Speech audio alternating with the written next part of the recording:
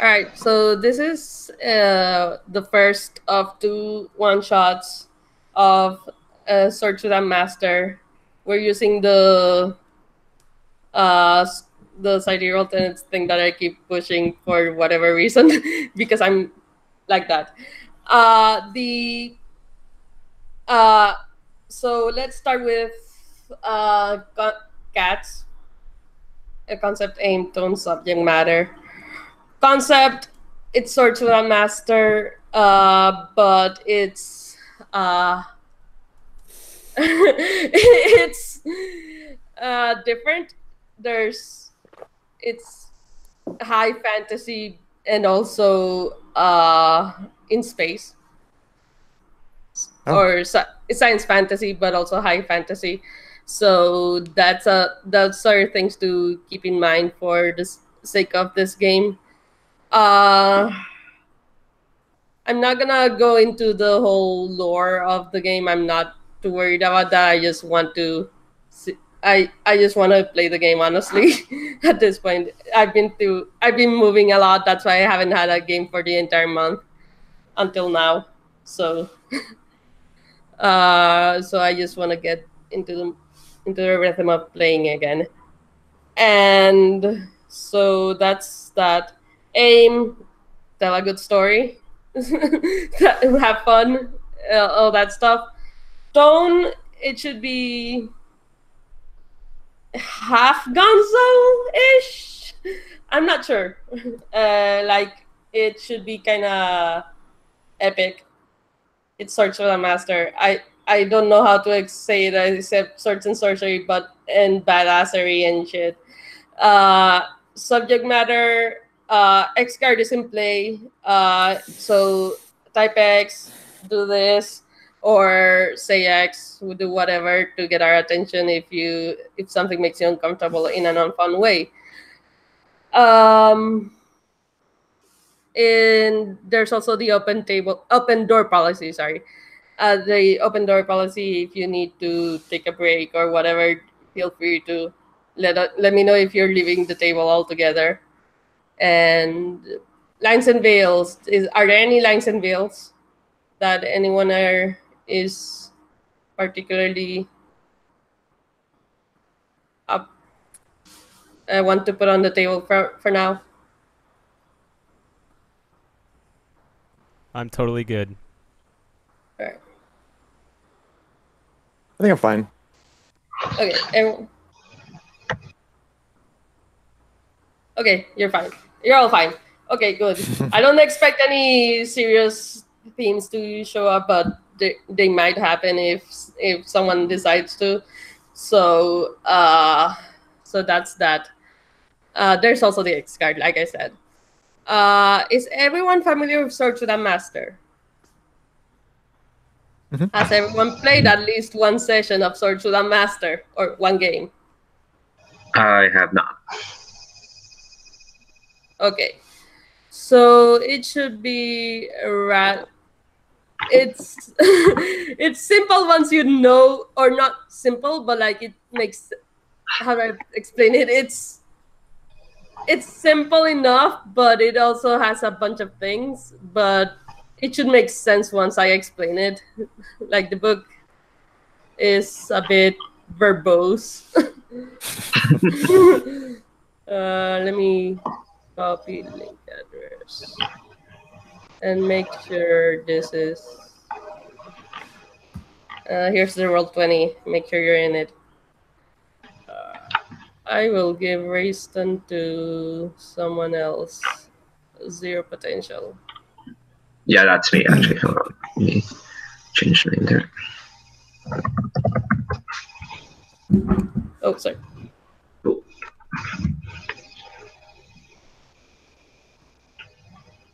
Right.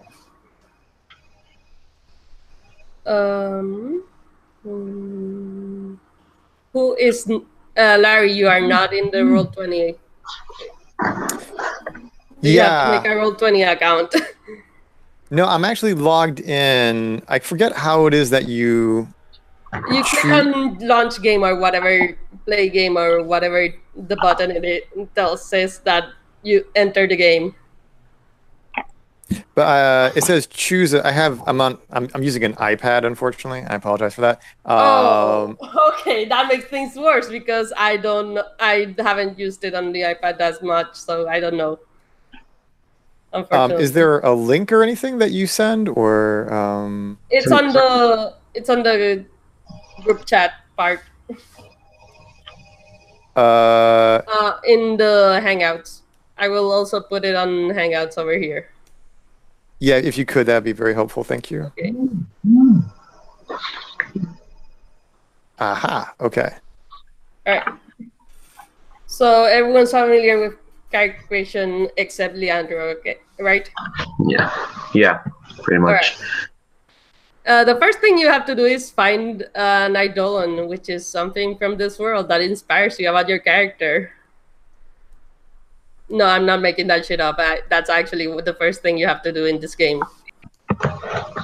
Right, so what's an idol? It's something from this world. It could be a picture, it could be a song, it could be anything from whatever this world is, or rather from whatever.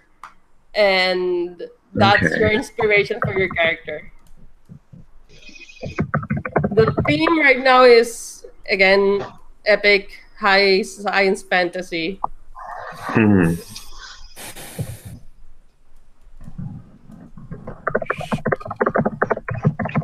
And I will mute myself for now as you work on that. Okay.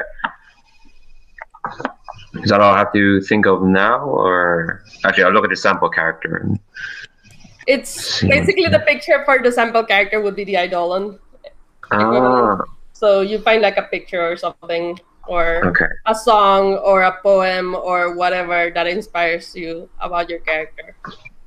Okay.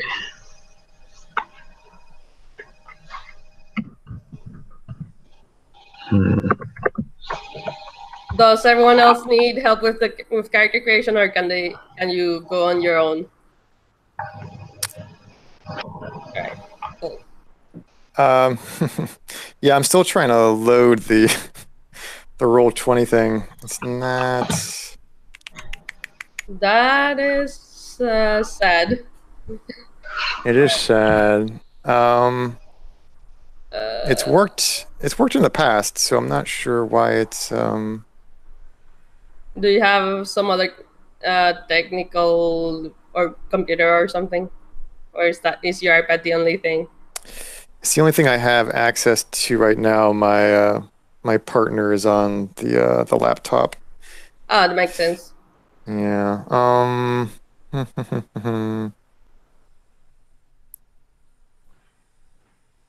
Let me see if I can try it again.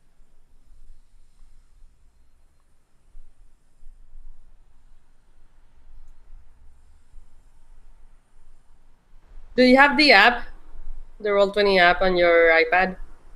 That might be the thing. I do. I was kind of hoping that once I click the link that it would just transfer me to the app, but it seems that it's trying to do it through Safari instead. Yeah, And, which doesn't really work on iPad, I guess. it has worked in the past. So I wasn't foreseeing a problem, I don't but know. of course it is. Maybe if let me think. Asher Dream to press the show. Oh my god. All right. While you resolve that, I'm gonna Yeah. ask Leandro or JD. JD, are you all right? Yeah, I'm good. All right, you're making your character, right? Yep. All right, cool. You don't need any help, right? No, I'm good. This is my first time being a rogue player, but I've overplayed many times. Okay, good. That is good.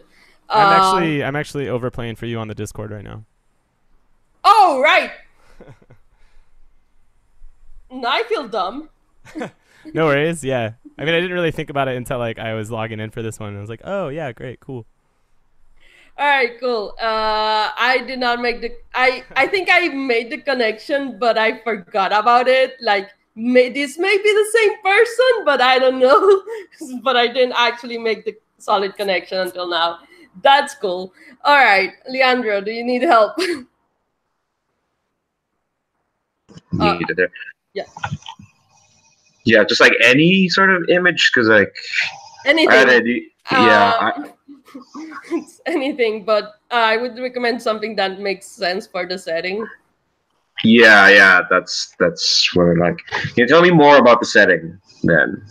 Because I had an idea, then I realized no, I shouldn't take inspiration from like inner city Dublin spoken word artists. That doesn't seem like they'll fit. Inner city, But- what now? It's a thing in Dublin. No, it's a Dublin thing. But tell me more about the setting, and then I might jog some things. So the setting, I don't know what to say because I don't have much other than I want to not focus on the whole sidereal aspect super much in this one, just to see what happens in term, in terms of like, can I run this game using, or can I run this setting ish. There's not really much of a setting other than it's space, there's fantasy, and also it's esoteric in a way. What do you mean by esoteric? Like, okay, so I forgot that I have a Pinterest board, and I just remembered. Ooh, all right, I might. And that might be I wanna take a useful look. because I am a dumbass, and I forgot that I had that.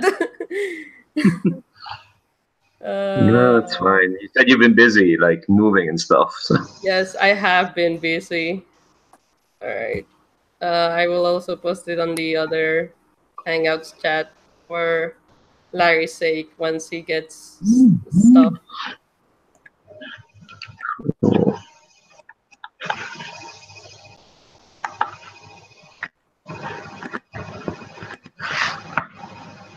Why am I getting 55 things? Okay. What's up? Right.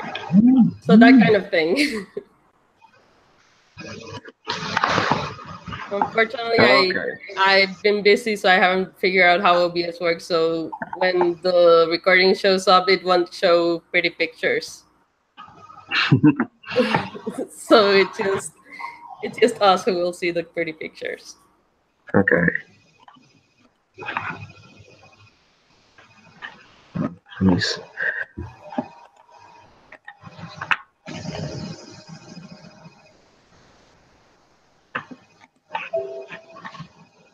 Sorry, my computer is refusing to cooperate. Okay, I'm getting the vibe anyway. Like weird sci-fi with swords. Weird sci-fi with swords. Yes, that is the vibe I want. Okay, I get you.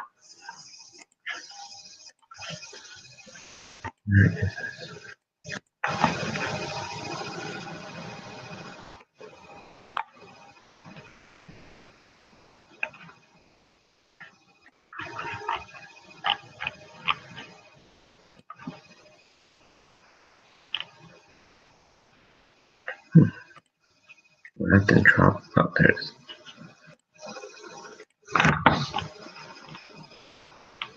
Okay, I think I have a picture anyway. All right, cool. Next step is anything that deserves a name.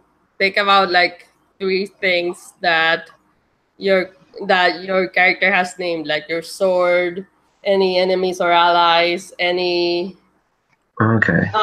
places, any concepts that are important to your character. Those things cannot be destroyed by anyone without your express permission.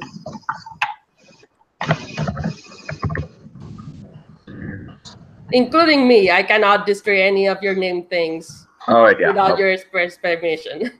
Oh, so should I not write it down here in the character sheet, or? Yeah, you write it down on your character sheet. All that deserves a name. Okay.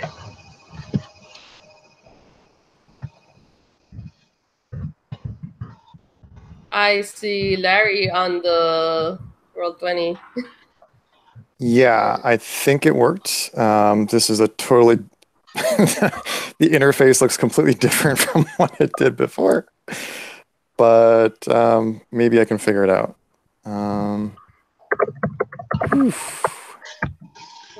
So those are okay. So these are like sample characters that you created. No, I have the sample character, and then the one that's named Larry is yours. Ah, okay, that makes sense.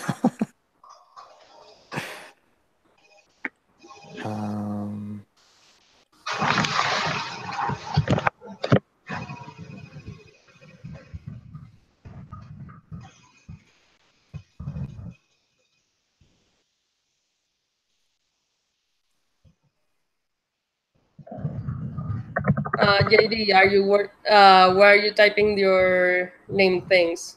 Are you working on it? Yeah, right now I'm typing it into the bio, and then I can Oh, okay, you know, you're go right. through and It's not showing up because you haven't clicked on save, right? right. Right. All right. So I'm like, oh, derping.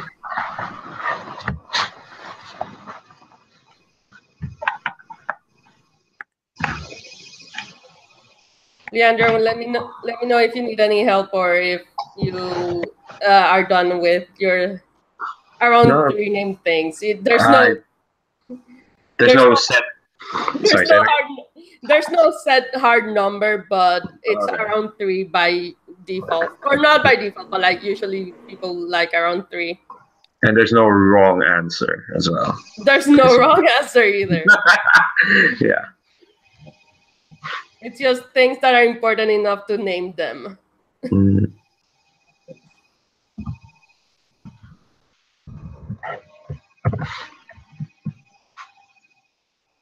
Oh, and when you're done, please save and then re-enter the editor so I can see them.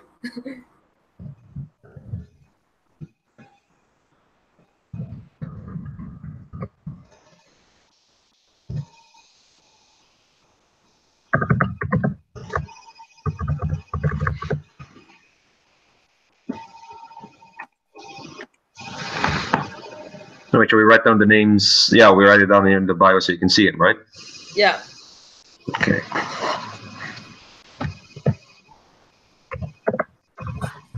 Though I will not be able to see them until you click on. Oh yeah. Yeah. Oh, and name your rogue, since your rogue is technically a name thing as well. And again, you're dropping a bit. The rogue, your character, is also a name thing technically, so you have to name your rogue something. It doesn't have to be an actual name. It can be whatever. Oh yeah. No, it's fine. Right. How are we doing, Larry? So I'm just looking through the eidolons, or however you pronounce that. I'm not sure if I'm going to be able to move I may not be able to move the image over. I think I'm intrigued by the guy with the blue mohawk. I will have to look that up again. Guy with blue mohawk.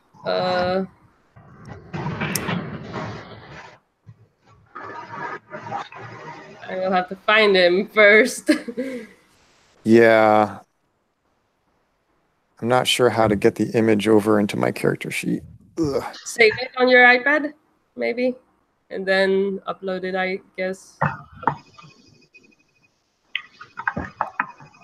Trying to figure out what you mean by guy with the blue mohawk. Oh, that guy.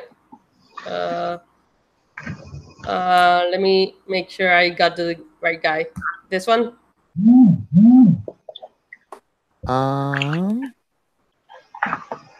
Let me see.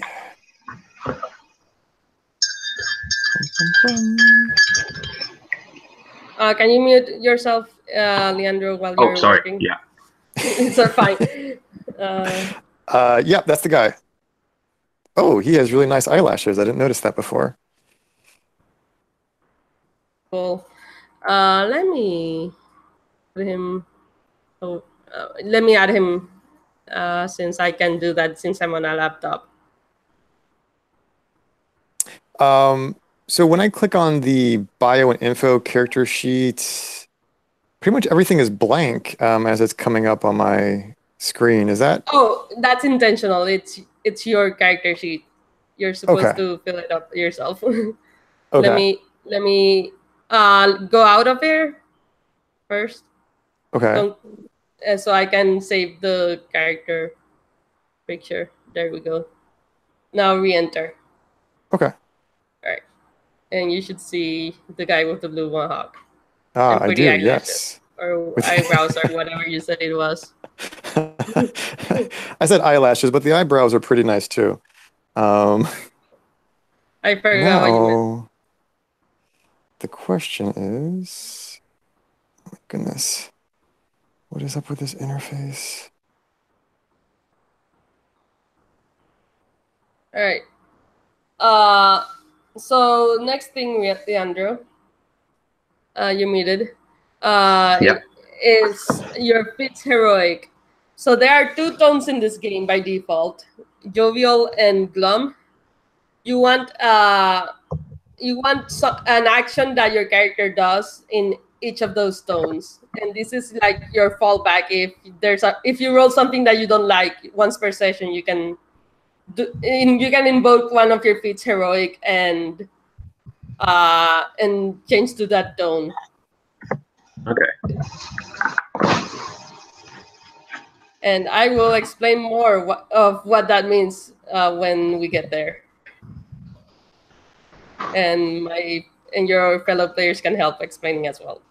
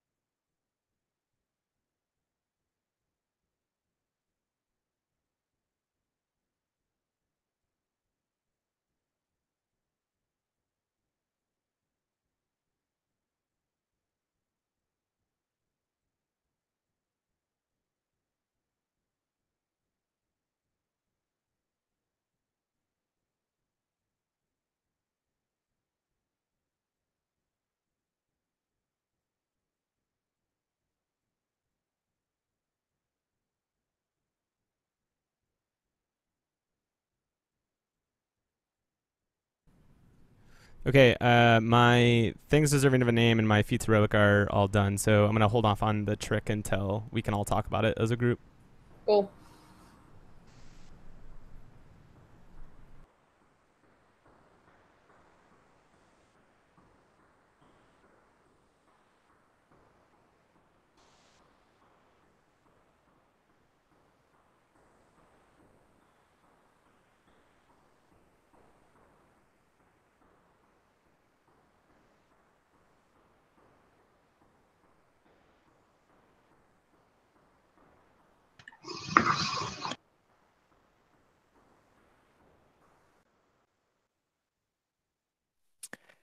Just, I'm going to have to, I don't know what's going on with my interface. I can't actually type directly into the stupid Roll20. So I'm typing it into the chat and I'll send it to you in a second. I apologize for all the It's fine. tech Do whatever issues you here. have to. Thanks.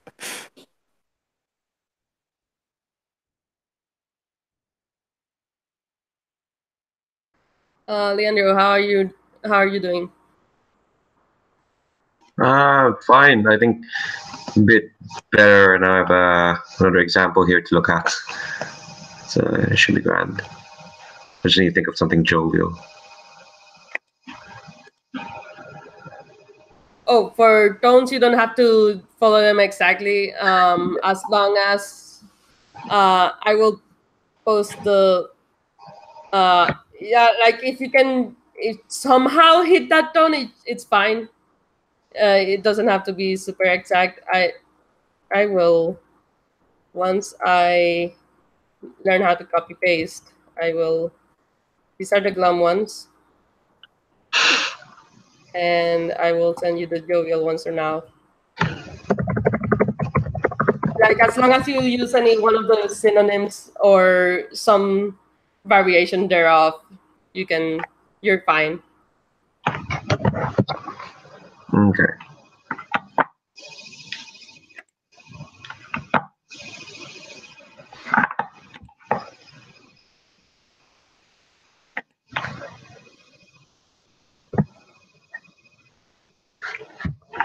And I don't think there are not many people who, or if any, who will enforce tones like super strictly. So Okay. as long as you vaguely hit the tone, it Yeah. should be fine. It doesn't have to be literal.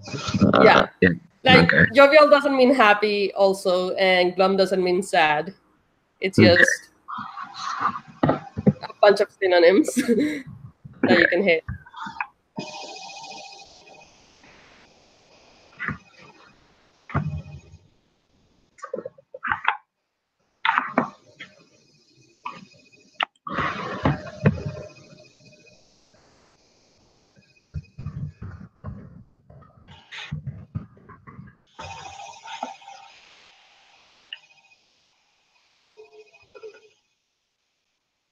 So what do they do mechanically again? The feats heroic? The feats heroic are when you can invoke them once per session or once per game to replace the results of your die rolls, of one of your die rolls. And by invoking them, you have to use that action in your narration. Okay.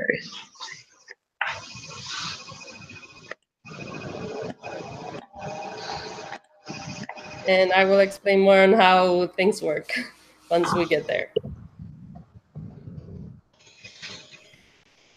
So we need the 3 name things, feats heroic, and what's the next step of the character The creation? last step is trick, which we will do as a group because you cannot Okay. share a trick with another rogue. Oh, that's right. Okay, cool. So this is what I come up with.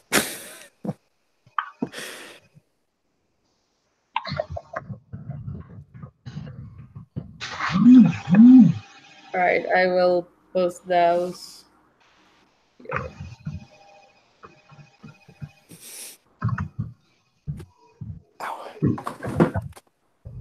Once it Roll20 decides to not be an asshole.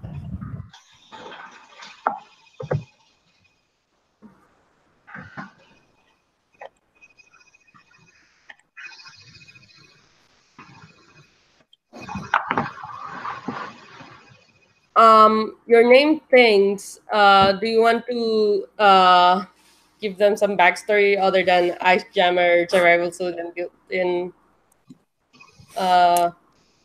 navigation system?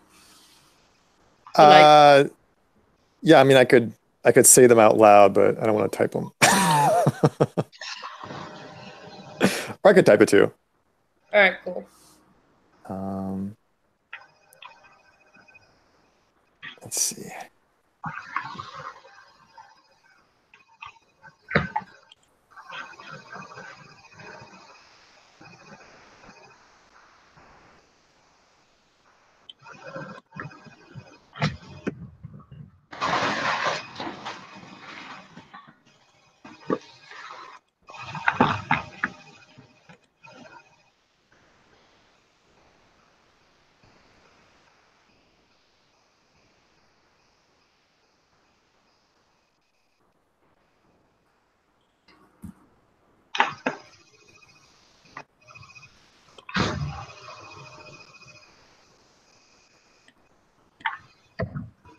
I would almost swap the jovial and glum feats. Larry. Oh, really? Yeah, because creating a nice bridge with a nice jammer seems like a more glum thing than stabbing someone with a nice spear. Uh, Like well, I can see it being argued either way, but I see it more as the latter is more jovial than the former. I don't yeah, know. I'm not super happy with the glum one, but I think the ice bridge. So when I say ice bridge, what I'm imagining is what was it? The superhero character like Iceman or something, I guess, like from Marvel, and like he would create those bridges, and he would just be able to like Oh, glide. he would just be able to Glide. like move around on these like ice bridges like through the air, and it probably didn't really make a lot of So sense in like terms of physics, so but like Frozone from the Incredibles, right? yes, I think so. Yeah. All right. Cool. Uh, yeah. If that's what you mean, then sure, that makes sense for jovial. Um, Leandro, how are you doing? Something, and I don't know. I'm. This is just me being nervous, I guess, 'cause I've never played this, so I'm not sure. Like, feel free to correct and prod if it all looks off. All right. Spell that word.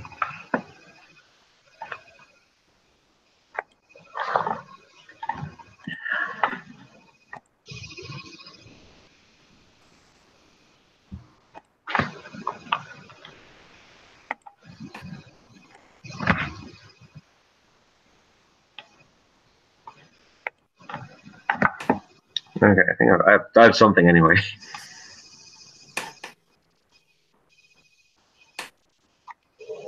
All right. Uh, for glum, at the cost of my character, I would change at the cost of something else, something about your character. It doesn't have to be your entire character. I should have just said memory. Like, I think that was what I was trying to do. As in, Okay, sure. Then at the cost of your memories. yeah. That works. Tricks. I have a trick list right here. I will show it to you guys. For Leandro, your best options are the ones with asterisks because those are the easiest ones. Dirty what? That no, internet dropped again. Sorry. Those are the ones that are the best for newer players. Okay.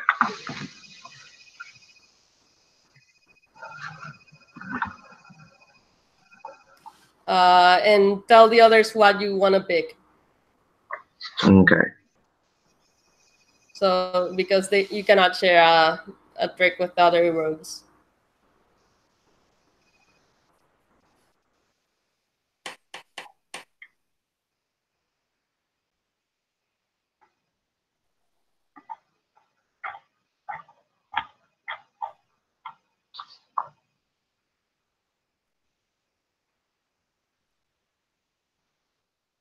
Hmm.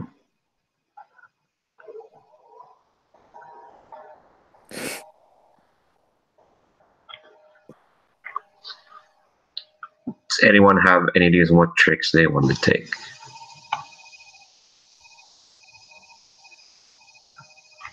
hmm.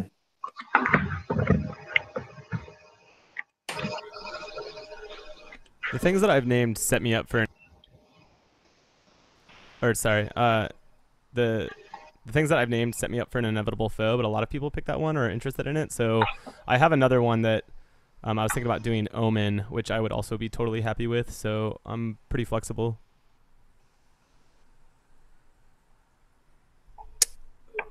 Yeah, I'm wide open right now. I haven't really. I'm still fleshing out backstory.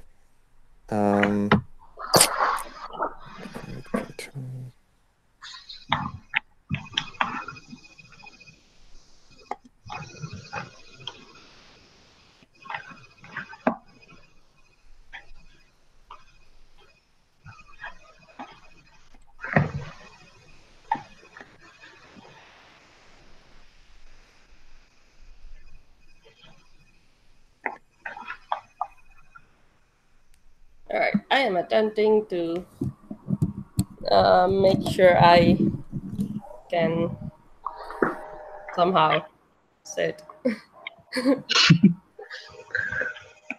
Yeah, no, I was in a small chair with with just a pillow for cushion, and got hurt.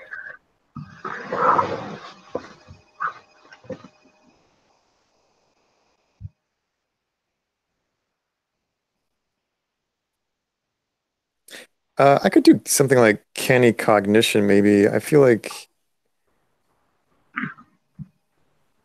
yeah, I think my guy might be some kind of tracker or navigator or something like that. So, yeah, I don't know if that helps at all. Panic cognition is the one that lets you demand a. Discovery phase. Yeah, that works, especially since you have sensors, right? A navigation system, right?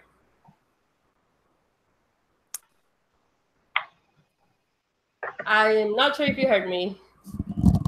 Did you? No, I did. Okay.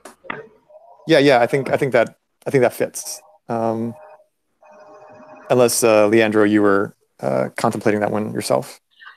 It was either gonna be that or inevitable foe.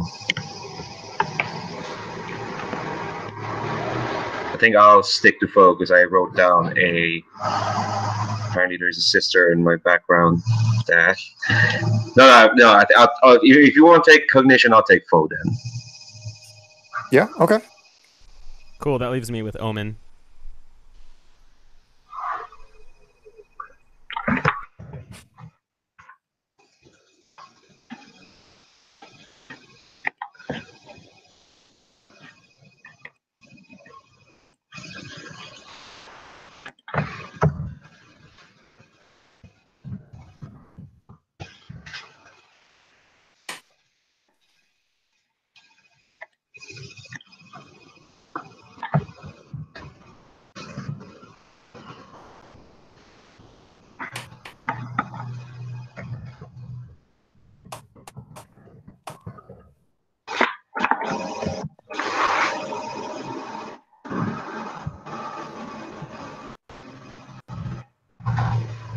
Hello, testing. Hear you? All right. Can you? Okay, so let's take a break after we're done with tricks, writing what our tricks are, and then we'll start. Okay. Okay. All right. Cool. I'll mute you guys. So now, and I'm gonna do that.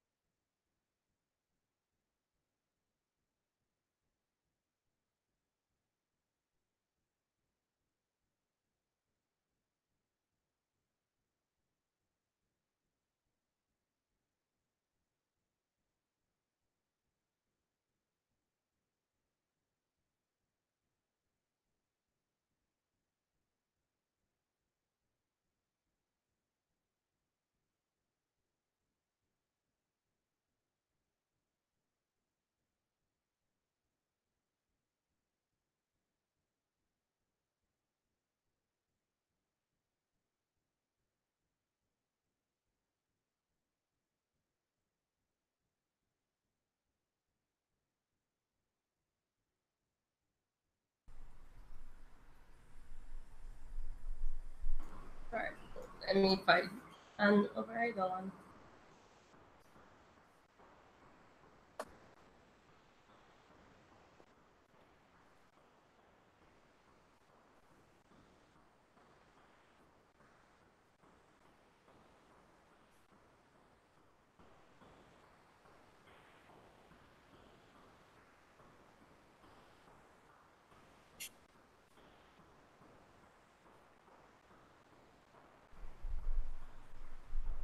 Alright, so can you describe your characters briefly to each other?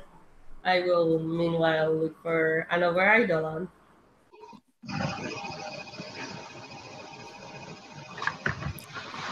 When's to start?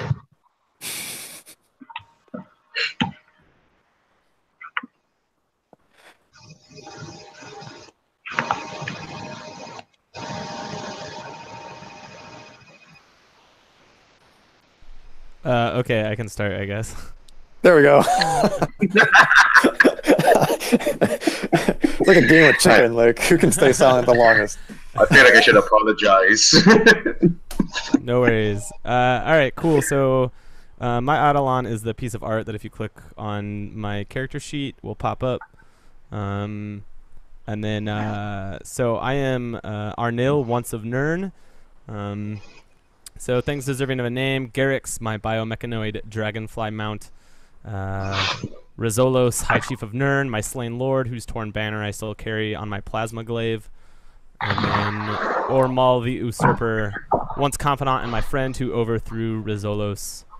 My feat's heroic then. For Jovial, as I fight on the ground with my plasma glaive glowing, Garrick swoops down and covers my foe in sticking green napalm fire. Glum, about to succumb to a killing blow, I hum the slow war song of Nirn deep in my chest, remembering the lonely path to justice I still must complete. For my trick, I took Omen, which lets me replace a thunder in any phase before the thunder gets announced. So my thunder is the angry hum of Ormal's dragon riders just over the horizon, searching for me still. Sorry. Nice. I love Sounds all cool. the names. Alright, what's next?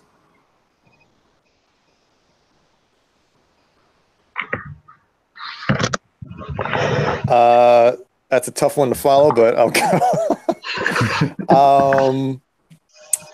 I should have like done more people.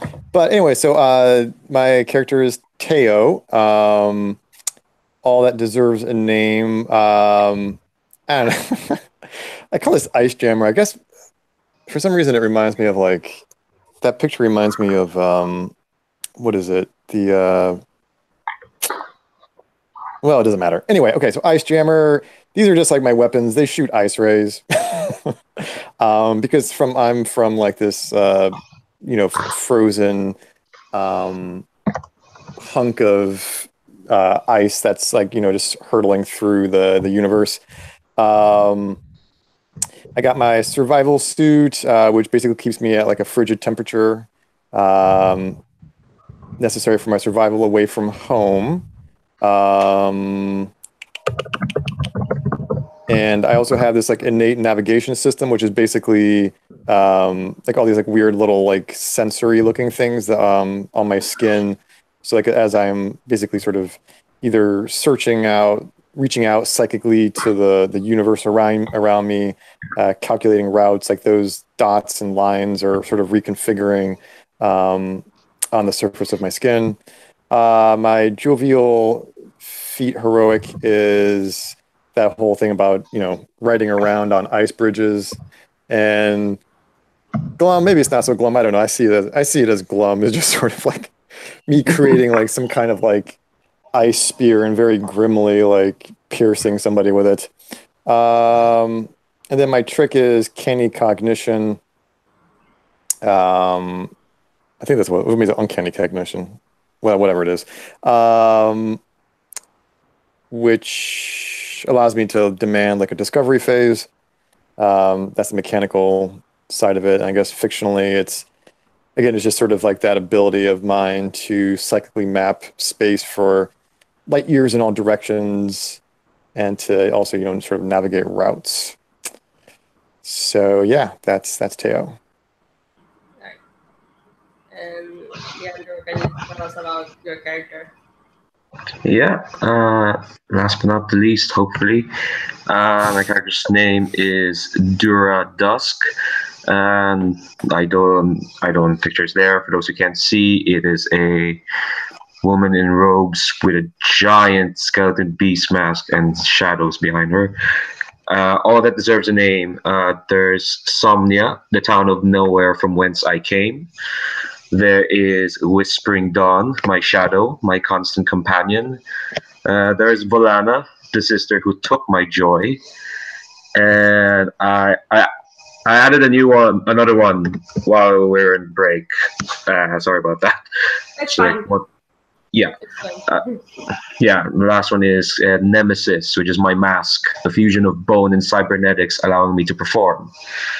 My feats heroic. My for Glum is I offer a sliver of myself, my history to my shadow, feeding its power at the cost of my memories. And Jovial is I script a better future and recite the words aloud in performance till they seem to become true, cloaking the world in dark. And the trick I took is Inevitable Foe, which says down here is write down an enemy you wish to face. Before the overplayer chooses a new phase, you may demand that it's a perilous phase, and your foe is a storm. My foe is the aforementioned sister who taught me this trade and coerced me into this life. Right. Hence the whole joy taking bit. Right.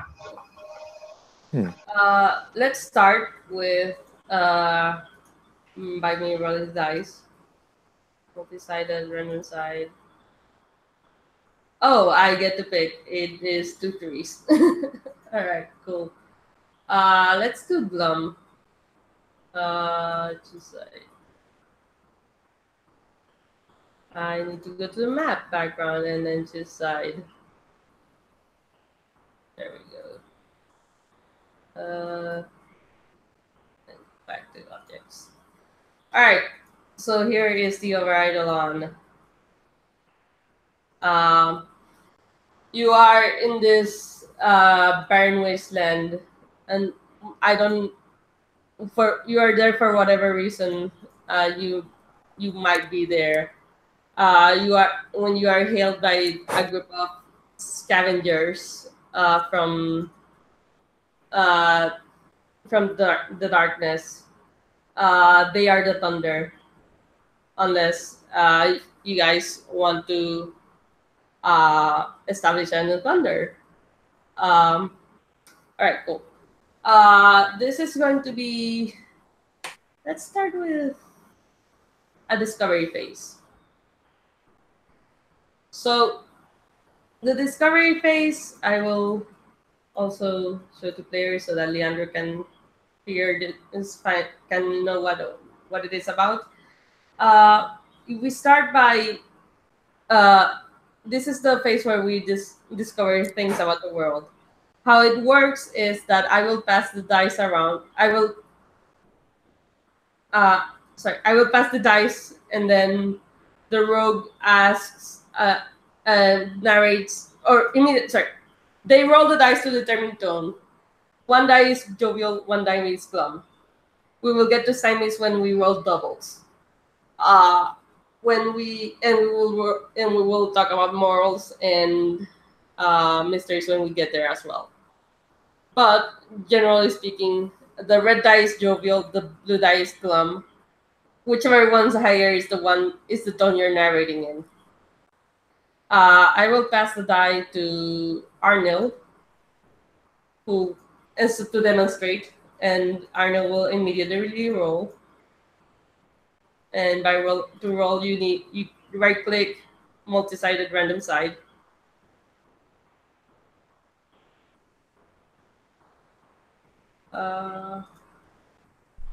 Hold on, yeah, I'm not sure how to roll these things. You said right click?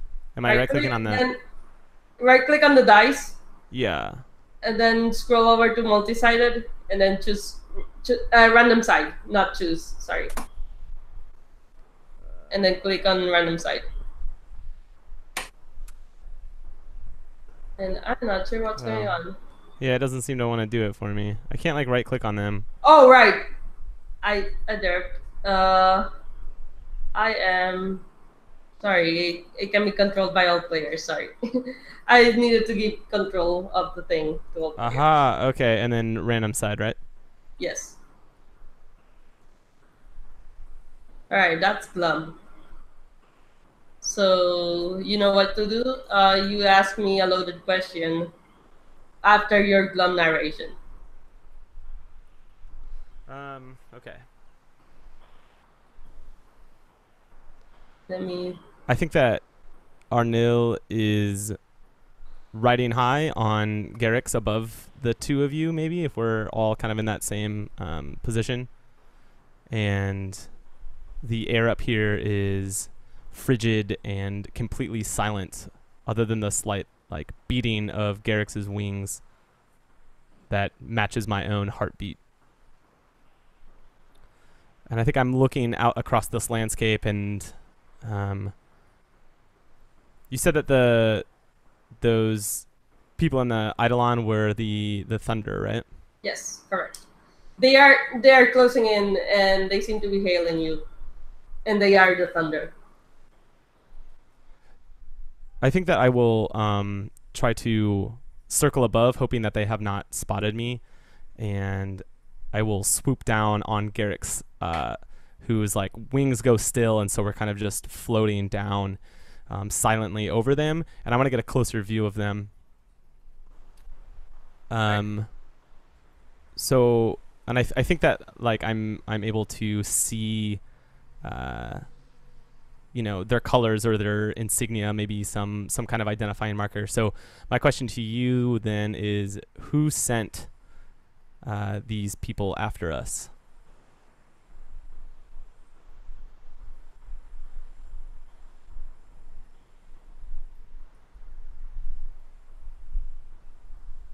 Fry Sinclair sent them. He is a priest. Or I don't know how to I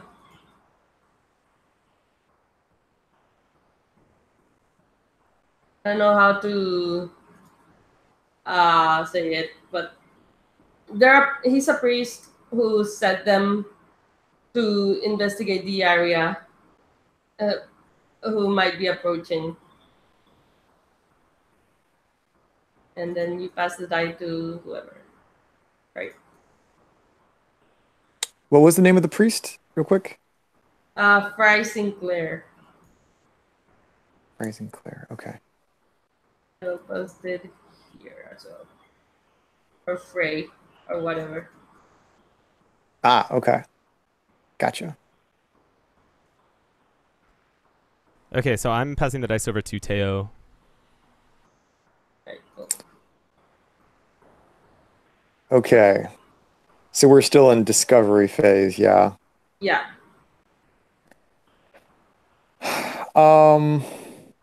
Immediately roll the dice. Oh, right. Duh. All right. Now the question is, how does that work? Right click, multi-sided random side. Something I forgot to mention is how the game progresses. So let's stop right here. Okay. If there's something that you say, hey, that's awesome, that thing you said is badass, you write it down on one of the motifs. Right now we're on motif 1. Each motif has 3 threads, and we'll get to each motif when we get there. They're also the pacing mechanism, just so Leandro knows. All right, cool. So when Leandro hears something from someone else when he's like, "Hey, that's awesome," write it down, or let me know so I can write it down. Continue. Sorry, I forgot to explain that. Oh crap! I didn't use the right one. I'll roll for you since. Thank you. All right, that's glum. We're That's very glum? today. Yes. Okay. All right, let me take a look at these guys again.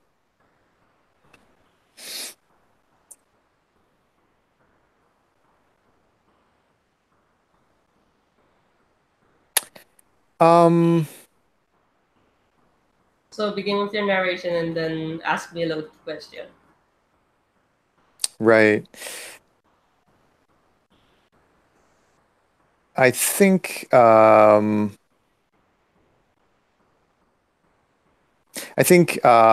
going to I hail uh Arneal like uh on our comms. I think we're connected by comms, right?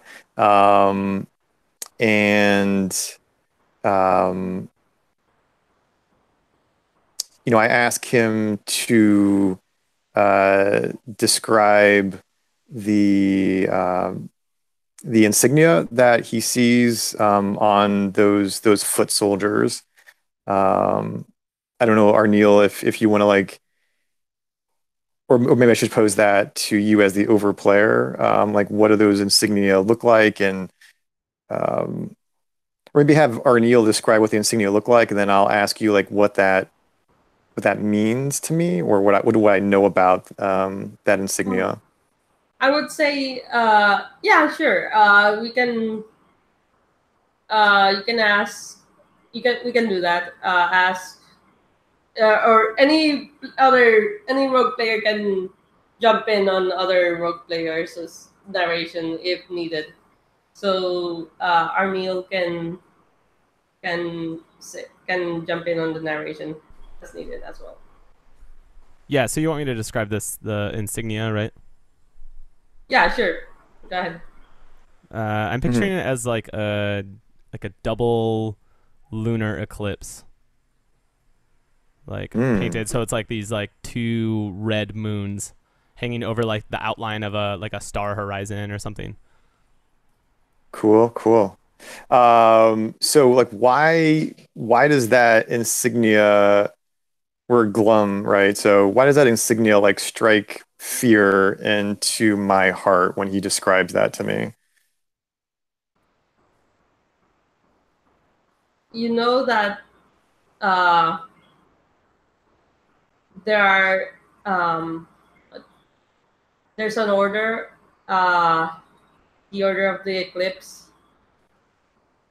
They are ruthless in their persecution of non-believers. Oh, damn. Okay.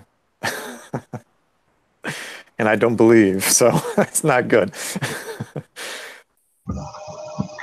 Right. Who do you pass the dice to? I pass it to Duradusk. All right, cool. I will pass the dice for you. Oh. All right. Multi-sided random side. Yeah. Cool. All right, glum again. Oh, it's a sad day. All right. This order, they're probably still a ways away ahead of us, or how? But that's not my question. Like, I guess they're getting closer. They're getting closer, yeah. Yeah, and there's not really place to hide. It's a barren wasteland. We're very open. Yeah, and they've held you, so they've noticed you. Okay, I think I'm, and I think I'm going to hail back, kind of like, and assume. How many of them are there? It's probably just a group. That's not the question. Can I ask questions like that, or? Yeah, you're allowed to. Like clarifying questions are like allowed. Yeah, it'll be a bit. Yeah, okay. It's a small group, around six or eight, I think. Okay, I think I will hail back and kind of like wave at them and walk briskly forward towards them, and kind of like it has to be a bit glum, I guess. none of us are believers, I'm gonna assume. Yeah, I didn't think so. That makes sense. Yeah, yeah. So I'll walk briskly and just call out. Has the order run out of people to persecute that they must go through this wasteland? And I think, yeah, that's what my character asked. But The player gets a question. yeah, I was thinking like that wouldn't be the question itself. It's more okay. I guess the question is, was that action foolhardy? Well, it would be a loaded question, which is something that cannot be answered yes or no. Oh, okay, all right. So a leading question. Okay, like what? Okay. Make it up. It's yeah. What? So, what does the order do to non-believers? Like, how ruthless are they? All right. So they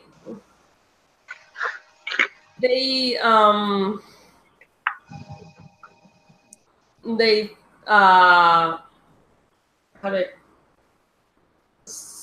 it depends on the inquisitor, but there are some that play, some that skin the non-believers, torture, all kinds of stuff, but they don't kill non-believers. Okay. All right. I think that's how I pass the dice then. I think we can end the phase there since you provoked them. Okay. Lovely. All right, we've initiated contact. All right. So I will take the dice, and I will roll random side. Ooh, I get to change the what's it called? I don't stymie, so I get to well, not random side. What am I?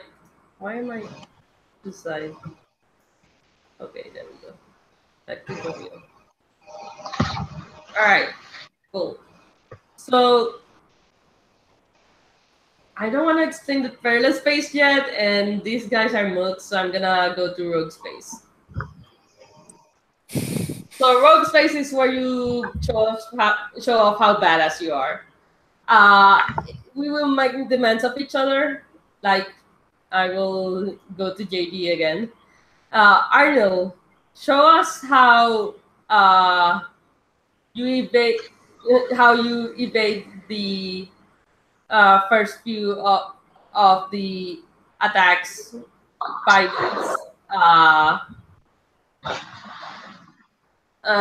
these attackers,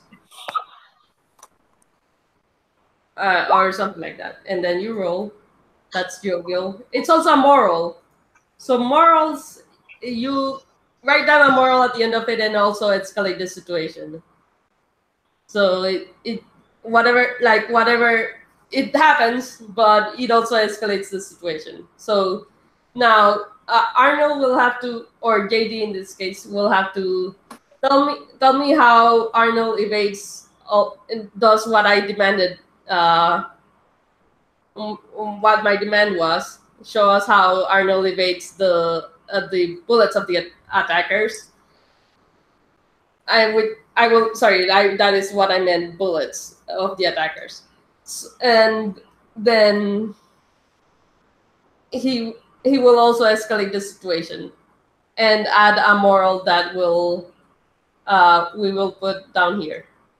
Also, don't forget to write motifs as they come up. So I think that Arnil. Oh, I should switch my my little tag here. Can I do that? Yeah, I changed it.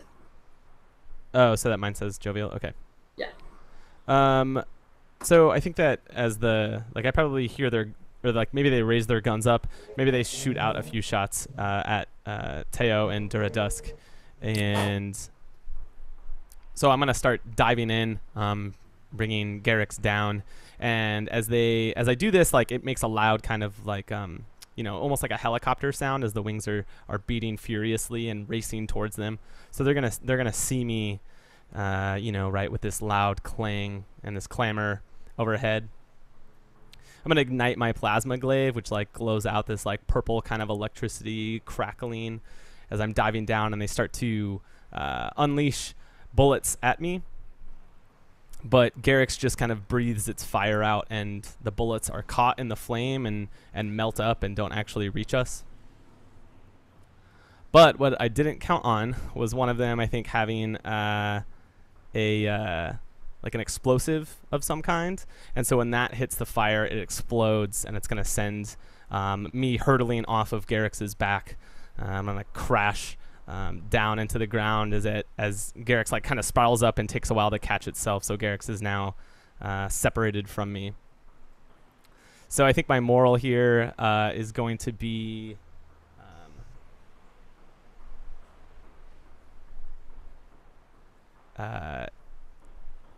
don't attack or don't rush in against a new enemy without knowing how equipped they are.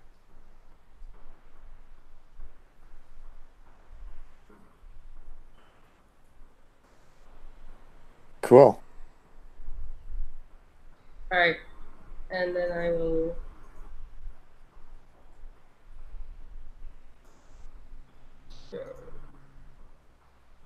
All right, well, I put it under morals. All right.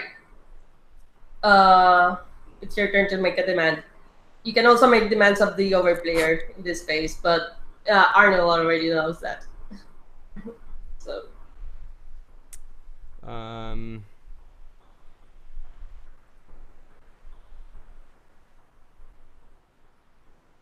Okay, I'm gonna pass the dice to Duradusk. Duradusk, show us how you use your abilities to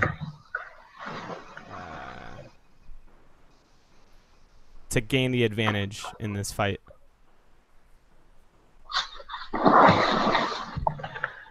Sure. Yeah. Okay. Oh, sorry. The thunder. I forgot to say the thunder. I keep forgetting the thunder. That's the one thing I keep forgetting. The thunder will be. Do you want to add your thunder, or do you want me to? Okay. You're thunder good. will be. There are reinforcements in the distance. Oh yay! Yeah. Of some sort. You don't know, but you can see them. Okay. What's That's the? Oh, always lovely. All right. So the demand is to demonstrate. To demonstrate my abilities.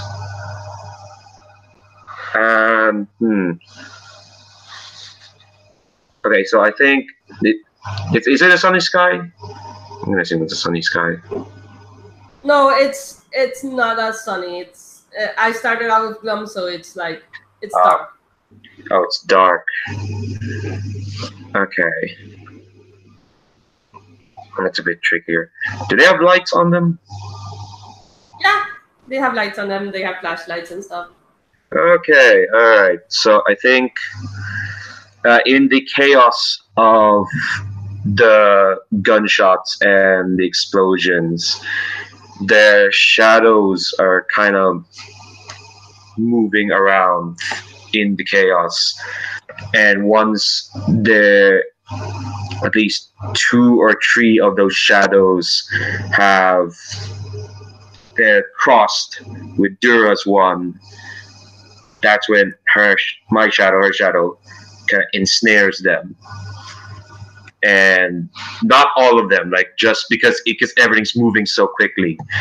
And then maybe 2 or 3 are ensnared, and it ensnared by the shadows, and the shadows pulls at theirs, and it's not complete control. It's more like quick movements that they're being forced to like move their guns while they're firing.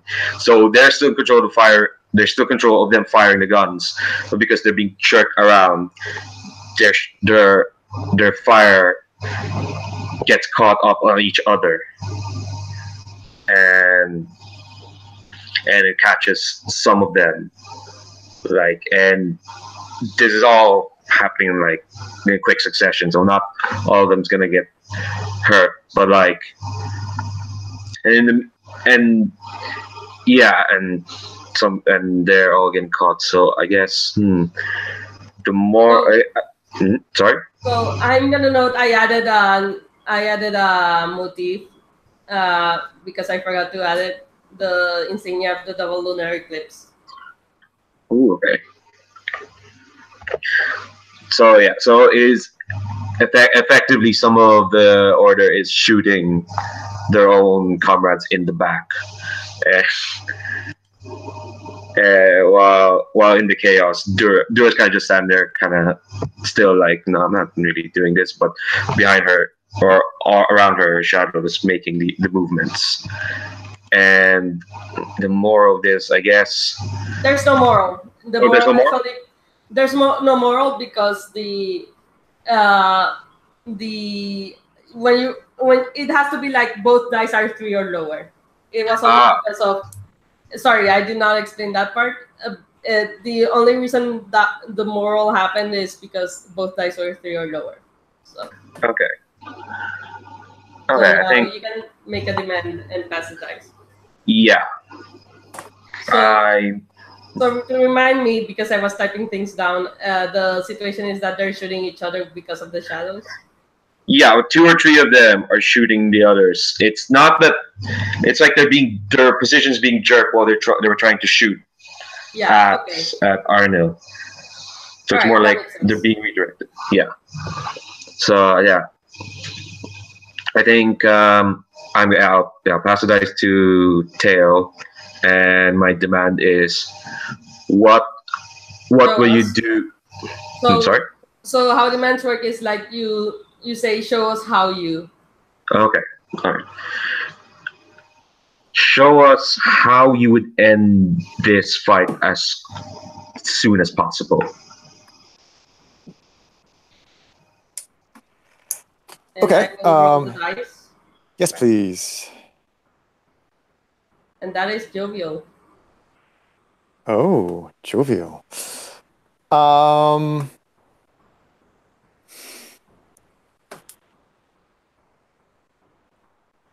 So we're on this like frozen tundra wasteland landscape, right? So this is sort of like my element. And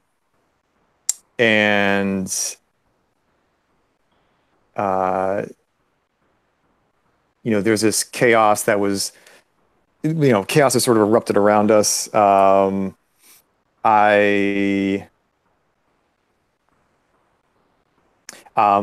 Teo crouches down to the ground, places palm flat against the ground.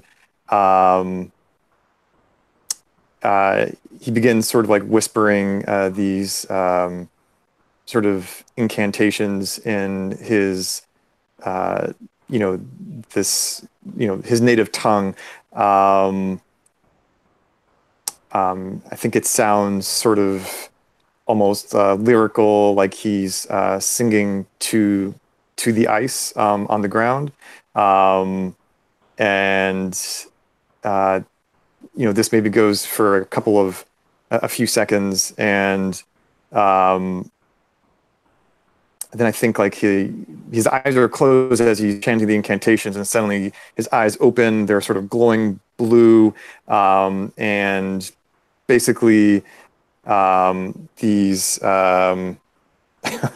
really into the ice spears. These ice, like the ice on the ground, suddenly like shoots up in the form of like these jagged sort of like cones, spears, and basically just like pierces through the bodies of these Order of the Eclipse attackers, and then all sort of just giant explosion of activity, and then like all fall silent, and they're just sort of like left there, hanging hanging from these ice spears. All right, I'm gonna write down a thread.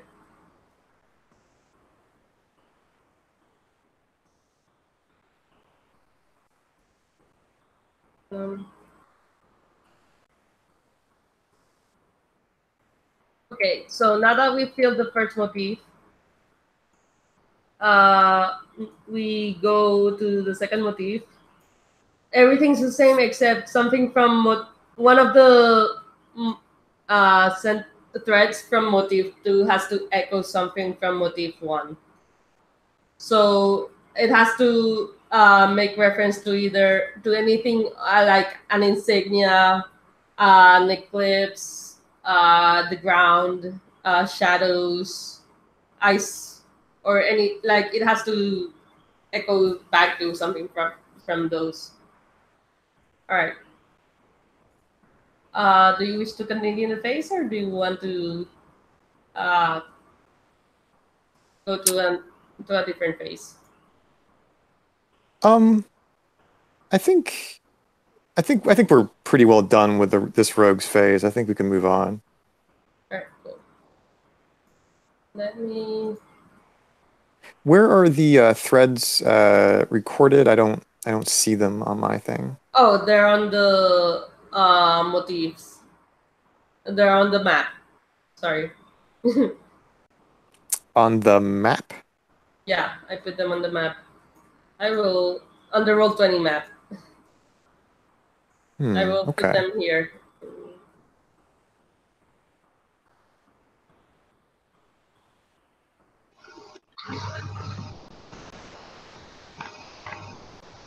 That's the first one. I think you put the second one in. Planting child on the ground. Yes. And then the ice spears first from the ground that I put in. Okay. All right, that's motif 1. So let's continue. It's going to be another discovery phase. I can jump around through these phases however I want, so I will go to another discovery phase.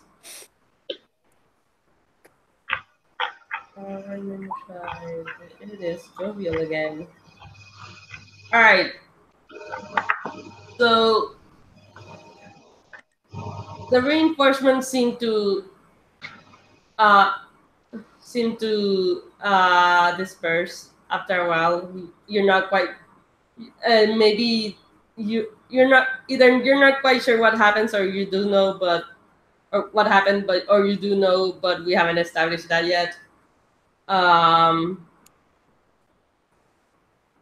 Remember that you can demand things either by demanding that the next phase is a different phase, or by demanding that the thunder is different. But right now I'm thinking of a discovery phase immediately after. So the reinforcements seem to have dispersed for whatever reason. Thunder. The wind starts howling quite intensely. Let me pass dice to Teo, sorry. Roll them immediately. Oh, right. Could you do that for me, please? Yes. Oh, wait. What? Here we go. That's jovial. Okay. All right. So they're dispersing. Got howling winds.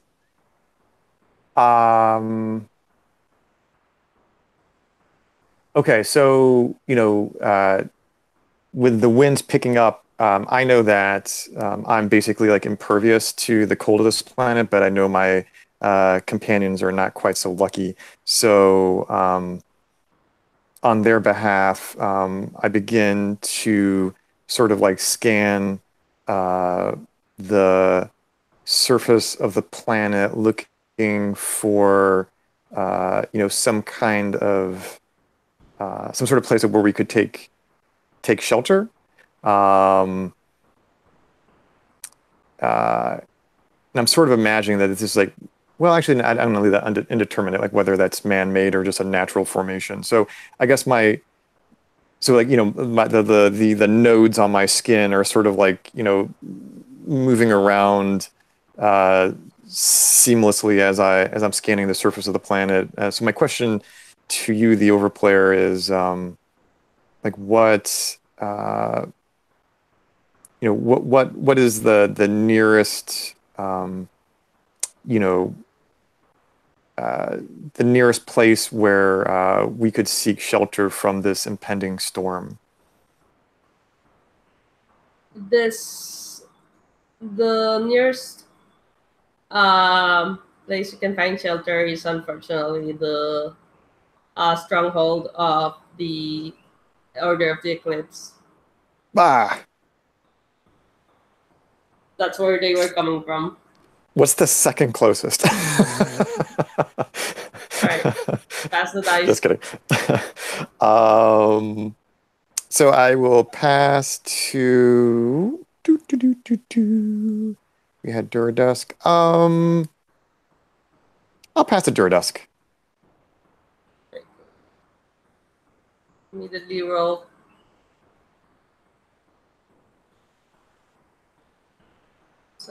Alright, so it's Jovial.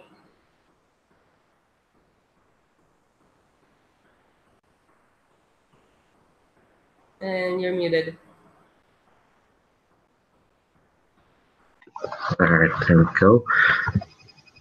Okay, so Teo was just trying to open up a thing on the ground. No, Theo was looking for Okay. shelter, but he found the stronghold as the closest one. Oh, jeez. Okay. All right. Well, the wind is picking up and it's howling, and I think.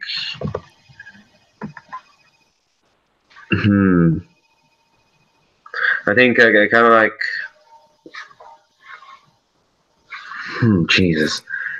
I can't ask if where's the second. What? Sorry, say it. Oh, I'm just thinking that it'd be funny to be like, if I reported to you guys, like, the good news.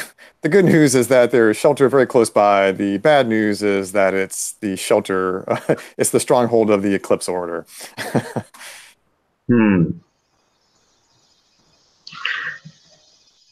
Okay, I think I'm gonna ask because Well, first do your narration. Yeah, the narration. Also, you can ask things that your rogue already knew. Just saying.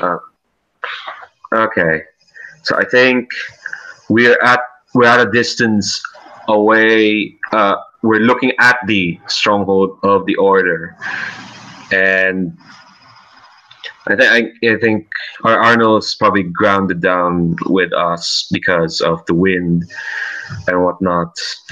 And I think it's like the three of us kind of debating on whether we can last going off, missing the strongholds or taking our chances and seeing if we can, I don't know, somehow connive a way that we can get into the stronghold, which seems tough. But we did kill all. I think we're all kind of giddy because we did win against that group of the Order. So there's a mood that we might be able to fake our way into the stronghold. Like, maybe we can pass ourselves as like just wandering pilgrims who need shelter. I think I'm going to ask. Where? I think I'm gonna. I have two questions and trying to consider which one. Where is the close? Where's the next? Yeah, I would just ask. Where's the next closest settlement? How? And let me clarify. This is something you already knew, or this is something you're looking for? Sorry, it dropped again. Can you Oh, repeat what you sorry. said? This is something you already knew, or something you're looking for? I think it might be something that I already knows. I already know. That's not a sentence. I already know. You know that it's a bit of a distance, but it's not too far away. The stronghold is definitely closer, but there is a dragon lair not too far away. It's been abandoned for a while. Oh well. Pass the dice to Arno and defer all decisions to wash my hands off this and see if we survive.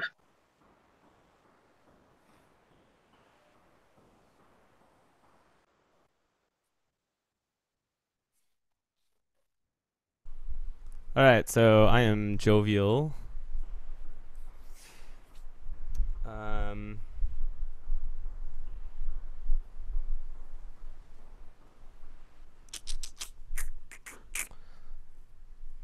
I think with that knowledge that Duradusk has given us,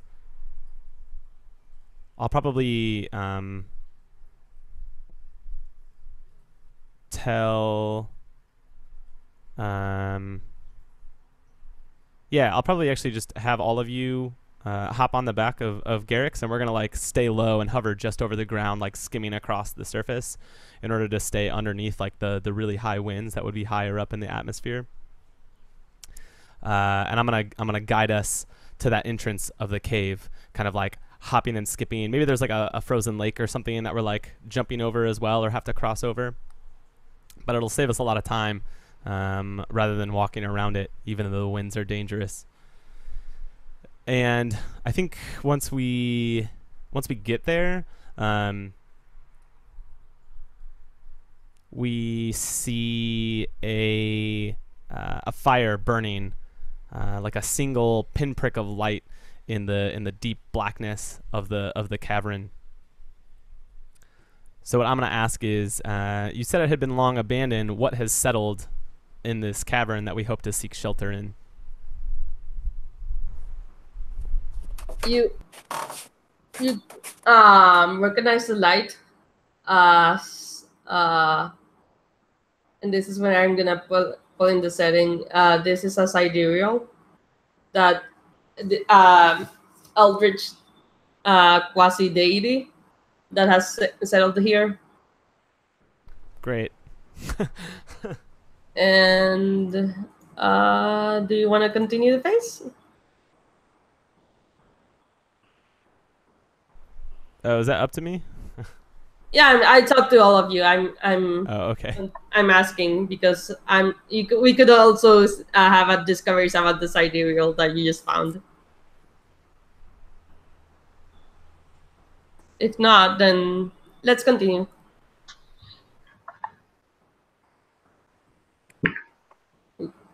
Hold up. Yeah, I'm gonna pass the dice. I'm gonna pass the dice just the tail. We'll keep going around the circle. All right. Random dice. That's Glum. Glum? Okay. Sorry. Retrieving the iPad.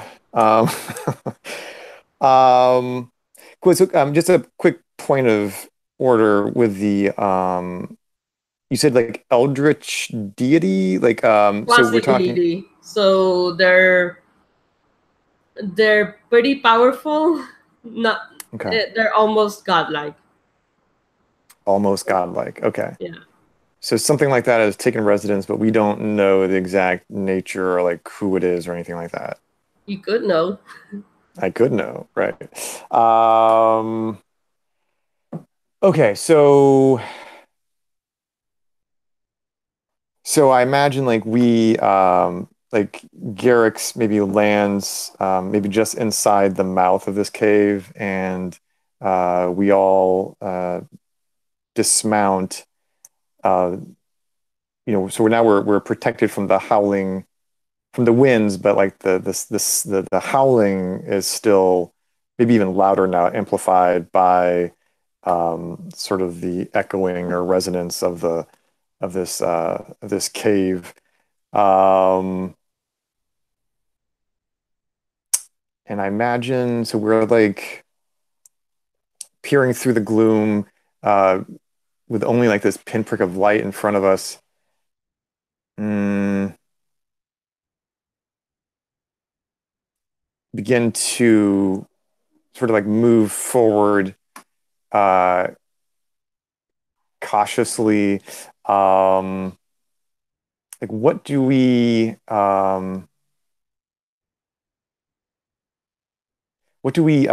hear that that lets us know that you know we are we are not alone in this cave. You hear the uh, low whispers of very distinct whispers of crawling. Of crawling. Yeah, Mm. across the cave's walls. So not like just one crawling sound, but like a multitude of. Many, yes. Okay. All right. That sounds creepy. Um, I will pass the discovery dice to Duradusk. All right. Roll. Jovial. How is this jovial? You will find a way. Okay. All right. Remember Okay. that jovial isn't necessarily happy. Yeah. Maybe we're not the jovial ones. Maybe it's this quasi god. Okay. I think we were walking into the cavern as when we pick up the crawling sounds. And in true horror movie fashion, we don't really pick it up. We don't really realize it until we actually get into the cavern. And like I mentioned, it was a lair of a dragon, but the dragon disappeared. Well, what actually happens is that the dragon is still there, but it's very much dead.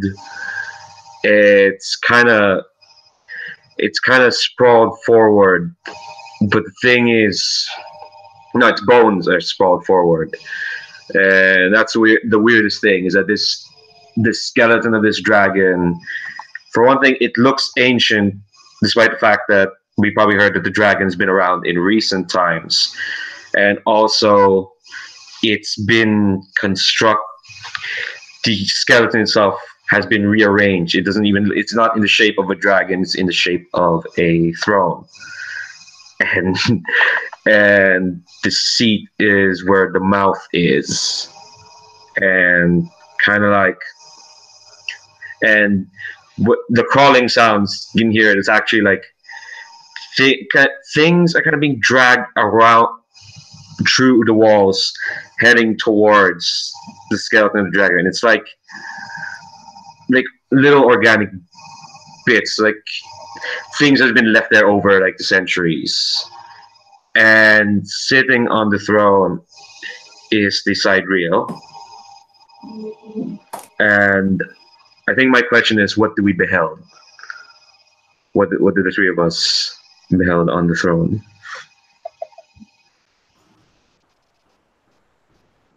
You see a wretched creature, um, almost sinking into the ground.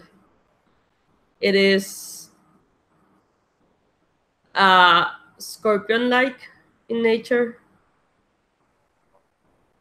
You see thousands of scorpions are across the on the throne and all around it.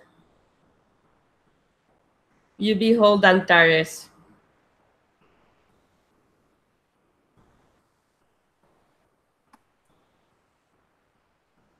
And I will end the phase there. Oh yay! And let's go into a perilous phase. I will show you guys what that is. So how the perilous phase works is I give the dice to someone, and then they don't roll yet, but I keep narrating and making things worse until they decide to roll the dice, which is when they can't take it anymore. So I'm gonna keep picking on JD. So that's an example. So scorpions, yes, and scorpions are going to be the thunder, which immediately becomes the storm. So scorpions are now crawling across the floor and towards you guys. You can stop me whenever. All right, and let me know.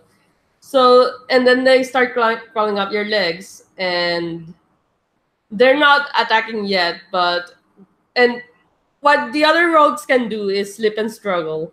That's the only thing you can do. You cannot succumb to the threat, and you cannot overcome the threat until you roll the dice.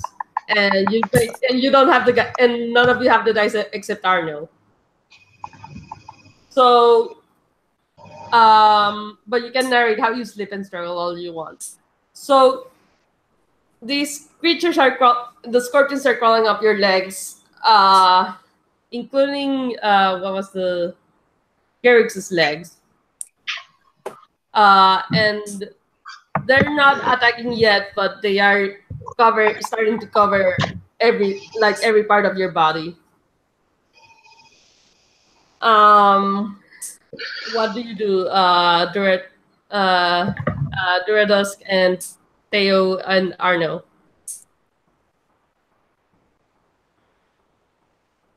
Do you do anything to slip and struggle? Well, I'm struggling in the sense that I'm trying to. I mean, they're all crawl over me, so I'm trying to bind as many of their shadows to get them off me. But the thing is, there's too many. There's too many. It's a delaying tactic that's inevitably. No, the delays can only delay the inevitable. All right, cool. I'm also doing this. Actually, I think I'm kind of doing that, not on myself, but on Arno and Teo, because I think I know they can probably deal with this better than I'm dealing with it.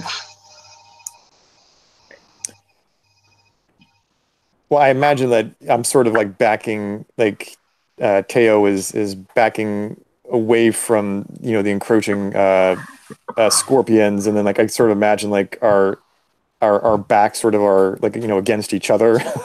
There's nowhere to go. I'm like firing off like blasts with my ice jammer. Maybe I'm able to hit like a few of them even at a time, but there's like there's just like hundreds of these things like coming down off of the walls and out of the crevices, and it's just it's impossible. All right. Let me check things. By the way, the last motif, the last thread needs to echo something from the previous motif. So just making sure that you guys are talking about ground or ice or shadows or whatever, something related, something that's echoed in the first one. So the scorpions start crawling up the lower parts of your body, but they start crawling up, and once you start struggling is when they start biting and stinging you with their stingers. And you're not sure if they're venomous yet. They might be, but they do sting you. Then the creature on the throne is not doing anything though, and Garrix is being stinged though, and it looks like it's in pain. All right. Yeah, I went ahead and rolled the dice there. So I am glum, it looks like. Yes. I will put you as glum. Alright, cool. You are glum.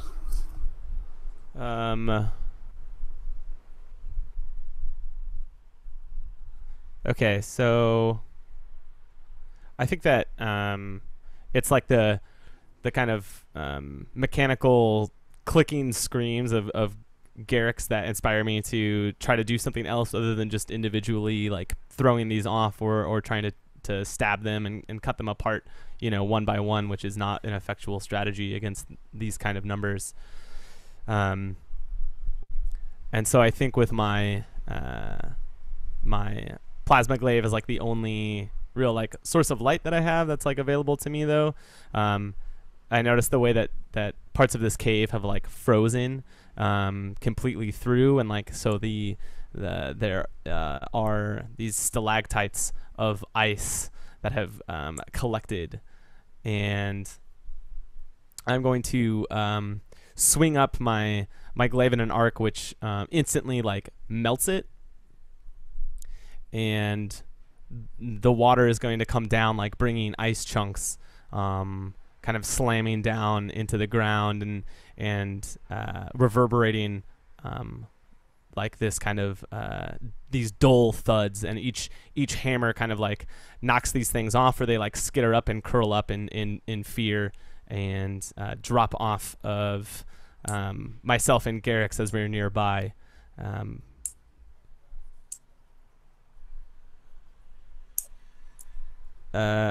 I'm gonna pass the dice to Duradusk. Let's see what you do.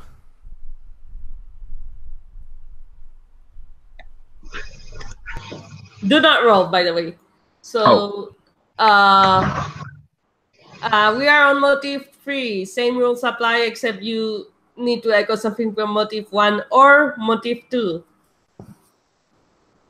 So, I was typing down the thread. So, you made progress against the scorpions, right? You think? Yeah, I at least temporarily knocked some of them over, basically. Okay, cool. So there are dead scorpions. You feel like you're about to puke though. The venom seems to be working on your bodies now. And the scorpions seem to be crawling much slower than before, because it's watery and stalactites and plasma is everywhere. But you're about to keel over from the nausea that you're feeling. Continue to. Do you want me to bring in the storm some more? No, I think I'll roll. Okay, cool. All right, you're glum. Am I in this situation? Yeah, you can be glum. You can succeed and be glum.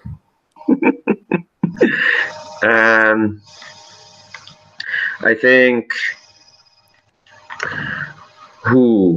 So the scene is a mess. Like a lot of frozen stuff has melted. Just plasma everywhere. But the toxin is moving around, and Sidereal is just looking at all this and not doing anything. And I think with my I think I'm going to walk up to the Sidereal with a little with just all the strength left, just walking, wading through the frankly disgusting muck that's that's about, and I'm going to try and get their attention. And so, how does a feats heroic work? You don't have to use your feats heroic. It's when you stymie or when you get a result you don't want. You really don't want, which is stymies and usually. Okay. Which we haven't had double, so that hasn't happened yet. Okay. All right. So I think I'm gonna try and get their attention by doing what I was trained to do, which was to kind of perform and tell them a little story. This is off the top of my head. No, I'll just Google a song. And it's like, yeah, just standing in front and kind of hoping that my other two much more martially trained companions try to do so. So I'm telling the story. I'm basically telling the story of a king who was too comfortable in his throne until a demon came to his ears and seduced him with words of song. There's something happening in the background there. Oh, sorry. That's fine. It's fine. It's like, all right. And yeah, so I'm telling a story in the hopes that not only will the Sidereal's attention be concentrated on me, but also the scorpions, and it's faltering. And I think before kind of like I get too weak, I start singing the song that the demon sang to the king on his throne. And I'm not going to sing, so I'm not going to do that. And yeah, so I'll pass the dice to Theo. Save us hopefully with some speary action. Tell me when you want to roll, because I will keep bringing the storm otherwise. So yeah, you draw their attention. Dradusk. The place grows darker as well, which is good for you. You think, but then you start also feeling drowsy all of a sudden. This is with all the nausea on top of that. And it feels like all the lights are dimming and everything is it's not quite what you thought death was like, but it feels like death is coming pretty soon. And the scorpions are seem to be fading away into the darkness of the cave, and the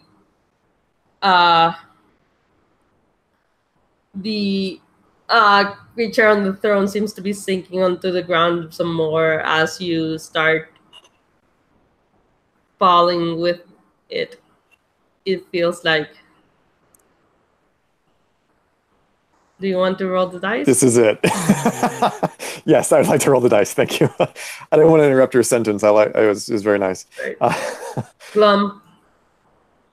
That sounds appropriate. Yeah, so I feel like my life force slipping away. I think what I realize, of course, is that this is the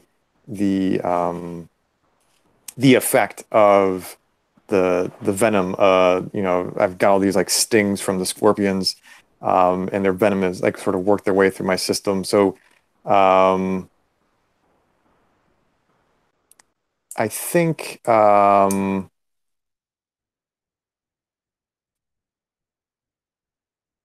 hmm. Uh, and I look at my so I realize this yeah, it's the venom working its way through my system. So I'm going to like I lower um I like lower my internal body temperature even further than maybe what it would be normally to sort of like I don't know anything about science, but something like sort of slowing down my metabolism, right? Or like my heart rate so that to sort of at least partially neutralize uh, the the effectiveness of the venom um, in my bloodstream, and I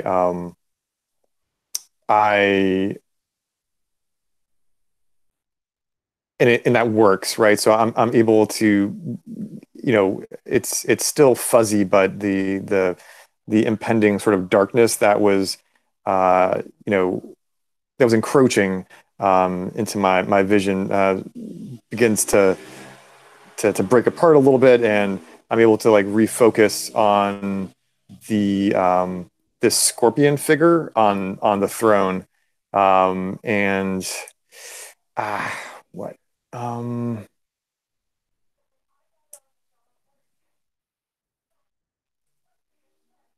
like I start to like plod toward him. Like every step is like is this huge effort. um uh yeah, it feels like I'm like uprooting like a tree trunk, like with every step. It's just tremendous effort. And then uh let's see. So I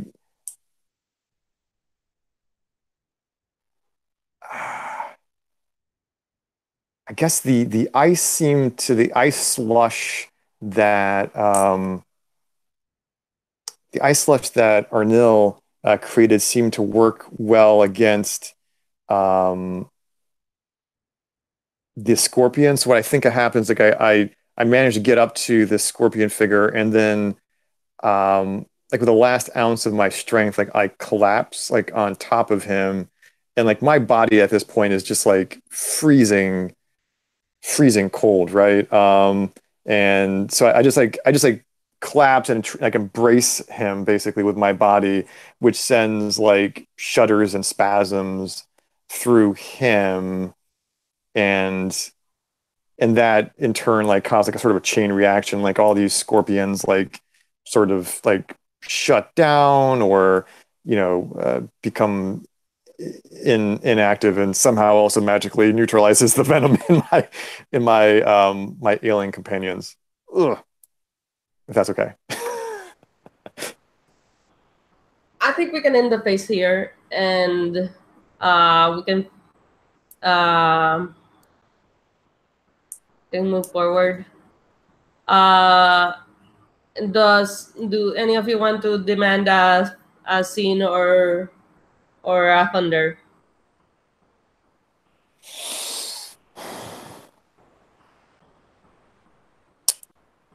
We're close to the end game, by the way. Mm. I'm good on the thunder for right now, unless the next phase starts in a thing, and then I'll let you know. All right, cool. Yeah, same. All right. So the next phase is going to be I'm gonna make it another discovery phase. This has been a very discovery heavy game. But you wake up. You're alone in the cave. The wind stopped howling. There's no more crawling. The thunder is the fact that it's silent. Gonna pass the dice to the red dust.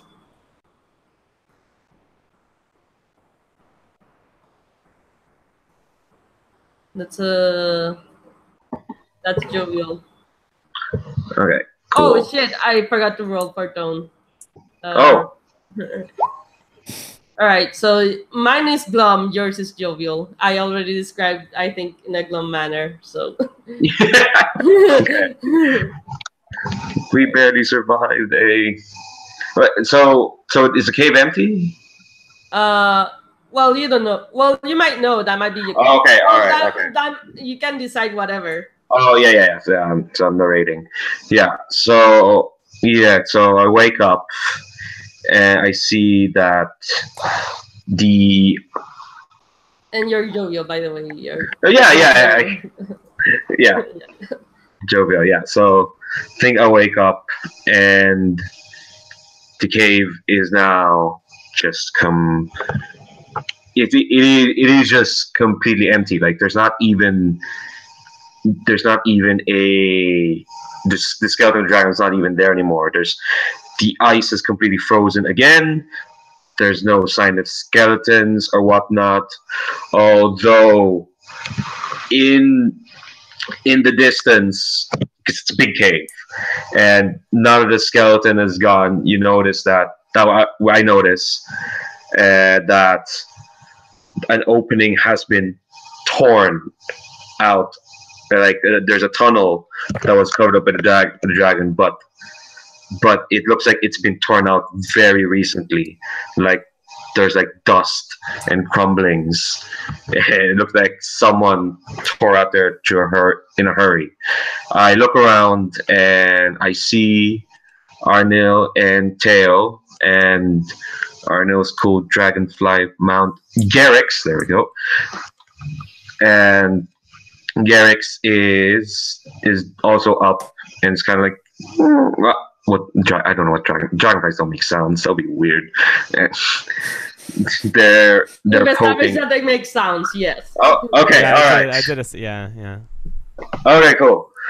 Are they cat-like or dog? It doesn't. Okay, no, they're calling it. Well, I've been calling it like a biomechanoid, so it's like a robotic almost. Okay. Sorry, I'm treating it like a dog because we all know all mounts are dogs. You know, horses are dogs. We all know that from fiction. But yeah, so I think and Teo's also there. They're actually lying down where the Sidereal was, on their face. They look dead, but I think I'm gonna walk over there because Arnold's fine. He's got his dragonfly thing, and I'll walk over there and just shake them awake. I think they wake up. They wake up fine. Well, not fine. Well, we'll see.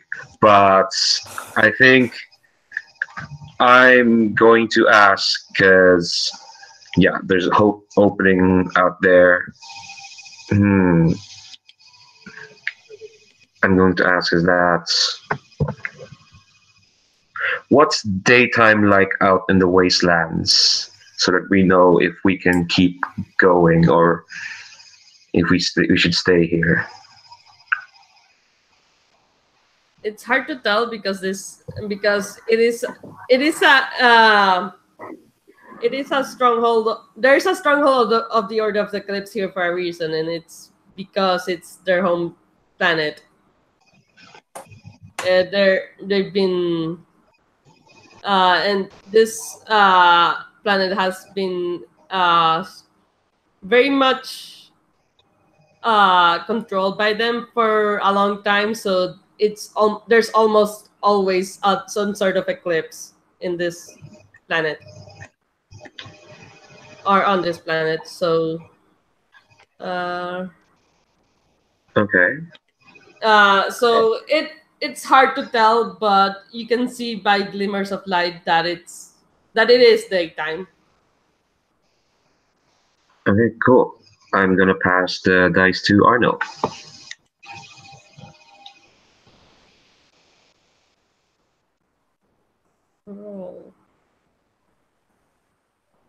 Moral. All right, I'm the only one that's gotten morals so far. Yeah. There's even zero stymies, which is so odd in the games like these.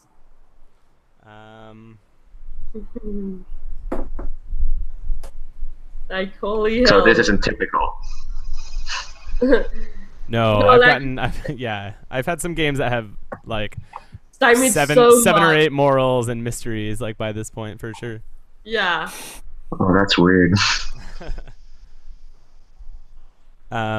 So we've emerged from this cavern, I think, right? That was Yeah. right. Into the eclipsed daylight. So it's kind of a dawn or a dusk, maybe, like in terms of how light it is. But there is a point of light that is shining brightly, that is illuminating us in like this maybe like an orange haze that has filled this kind of canyon that sprawls out below us. And it's a massive orbiting ship of some kind that has come down and is slowly going around the surface of the planet. And I think all of us, you know, our eyes are drawn to it. It's almost blinding us with how bright it is. You know, it's almost like you can't look directly at the thrusters that are keeping it aloft. And it's spiraling like slowly. We can see the blinking lights on its outside like spinning around, almost like I don't know, like you know, a Christmas tree or something. Like it has those scintillating points of light that are blinking as it's slowly spinning. So I think that yeah, my question is going to be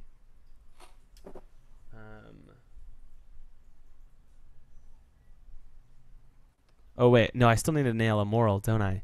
Okay, let me think about this then. I can. Well, you can ask the question, I think, first, right? Or do you have to say the moral first? No, I think that I can still ask it, and then you can escalate it into a moral of some kind. Like that's Yeah. totally cool. So if you have an idea for that, I'll let you do it. I mean, I don't. I need to know the question first. Sure. My question is, how can we get to this ship? Because it seems like a way off of this shithole religious planet. It's like a metaphor for my hometown. Anyway, Bro. All right. How do you get in the ship? First, you have to know that this is a large commercial ship. Or not large commercial, as in, or I meant more large merchant ship than commercial. So whoever this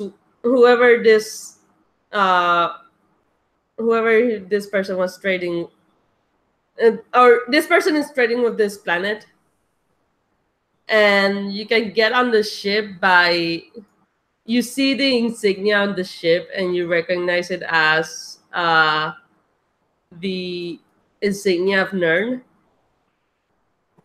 and you realize that Ormol has been dealing with the Order of the Eclipse. So to get to the ship, you have to pretty much either convince the Order of the Eclipse that you're with them, or convince Ormol that you're with him. So that's the escalation. You decide on a moral.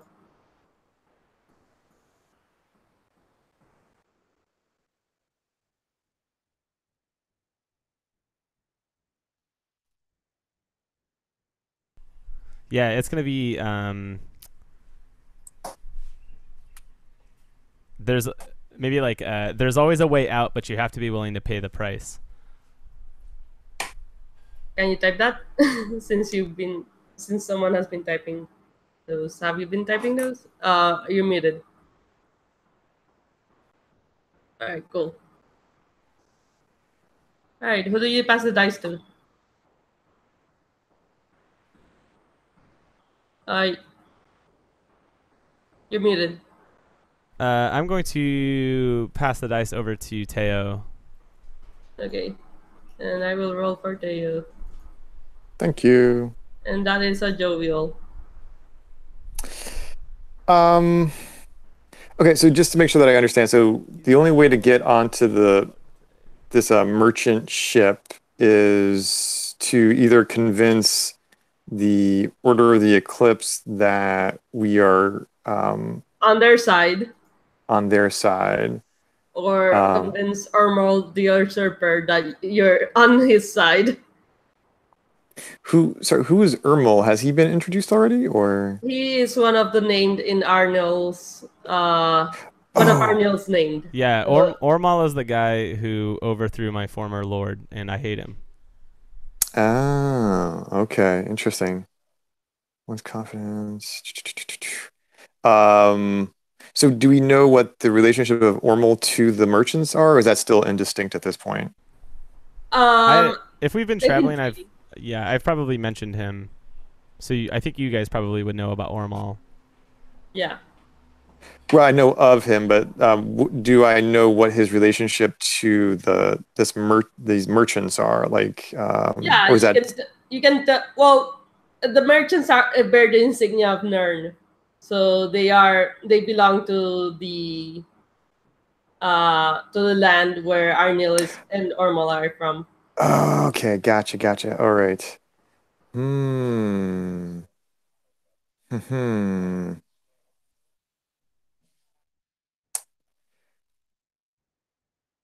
Okay, so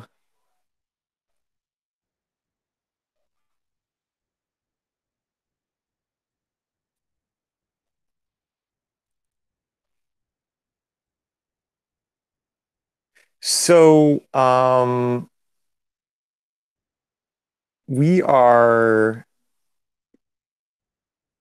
we're all is we emerged from the cave and we're staring up at this giant vessel that's emerged, and I think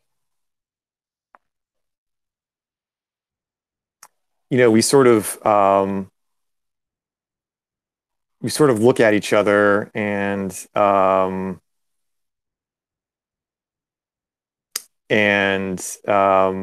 think maybe Teo like undoes his. Let me know if this works for you guys. Teo like undoes his backpack, and the other two sort of circle, close ranks, so that we're standing very close to each other, and sort of peers in just to catch, just to take another glance at this incredibly valuable thing that we have already stolen, I think, from the Order of the Eclipse, which is probably why they were like after us in the first place, and that the merchants are also very eager to get their hands on it. So what is in the backpack? Like, what if we what did we make off with? You made off of the heart of a star. Oh, hot damn. Damn. Yeah. I'm going to end the phase there. And map background. Well, no, not map background yet. I will roll first. Random side. This is Glum still. It's gonna be a rogue space, unless anyone has any objections. How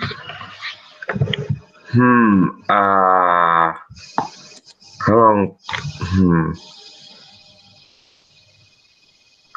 Nah, I think I'll leave it for now. We have to get on the ship first. All right, cool. I'm gonna throw out that I just filled in the last thread on this like motif, so we are entering the end game. Yes. Cool. We are entering the end game. That means that you can reincorporate things, and once all but one of the rogues have reincorporated, the game ends. So how to reincorporate? We don't have any mystery, so we don't worry about that. But for motifs, you mix two of the threads on one motif. So you can say something about for example, on motif 1, you can mix ice with ground, or ice with shadow, or ground with shadow. Um, on or you can do that with motif 2 or motif 3. Just mix the threads up. Or you can suffer a moral, or not suffer a moral, but you can incorporate the moral by learning the moral, teaching the moral to someone, or showing how your rogue will never learn the moral. So is this the So last? Is this the last phase? no, Sorry. it goes on until someone ends the Okay. game. All It right. goes on as normal, except that's how the game ends. Okay. It's a rogue space. I will pass the dice to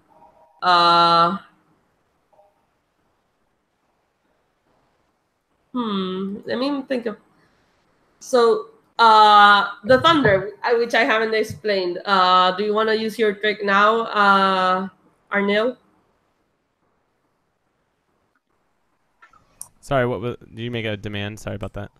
Do you want to use your trick before I declare a thunder? Oh, no. I'm still good with it. Yeah. All right, cool. So the thunder is going to be that the ship is landing. Pretty close to the fort.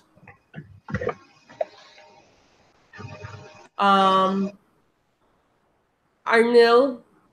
or not? Sorry, not Arnil. Do I want to be Arnil? Yeah, sure, Arnil. Show us how you lead the three of you towards the fort in hopes of bringing this organization down. Now, Okay. All right. Let me. or unless you want to elaborate that you wouldn't do that, or elaborate further on that.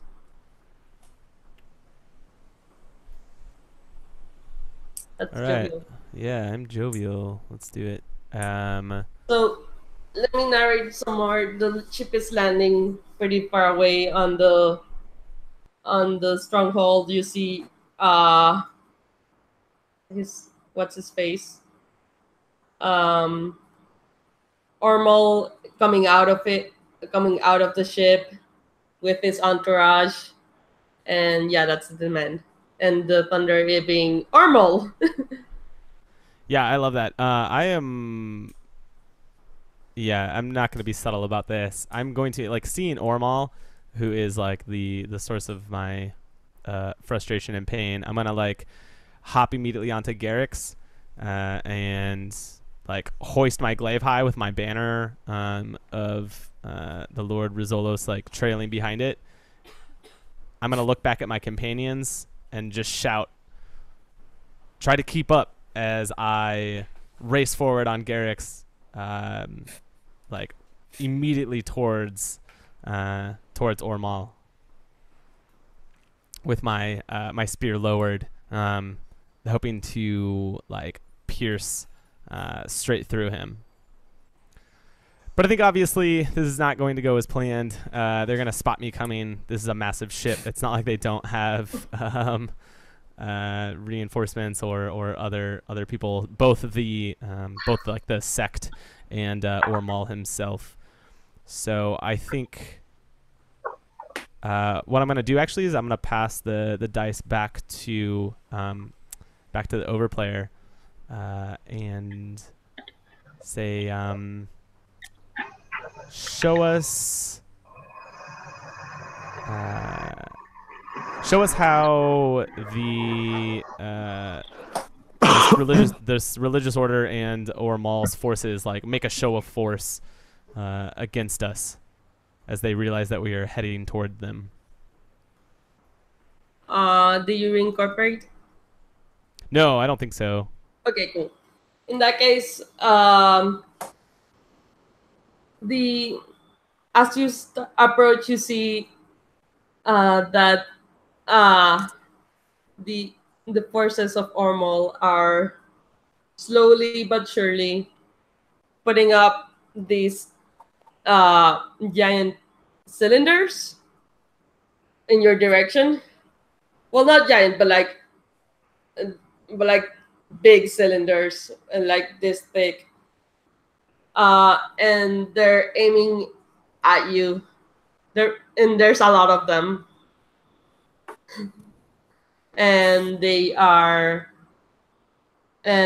seem to be loaded with something something. They seem to be loading and ready to fire. And you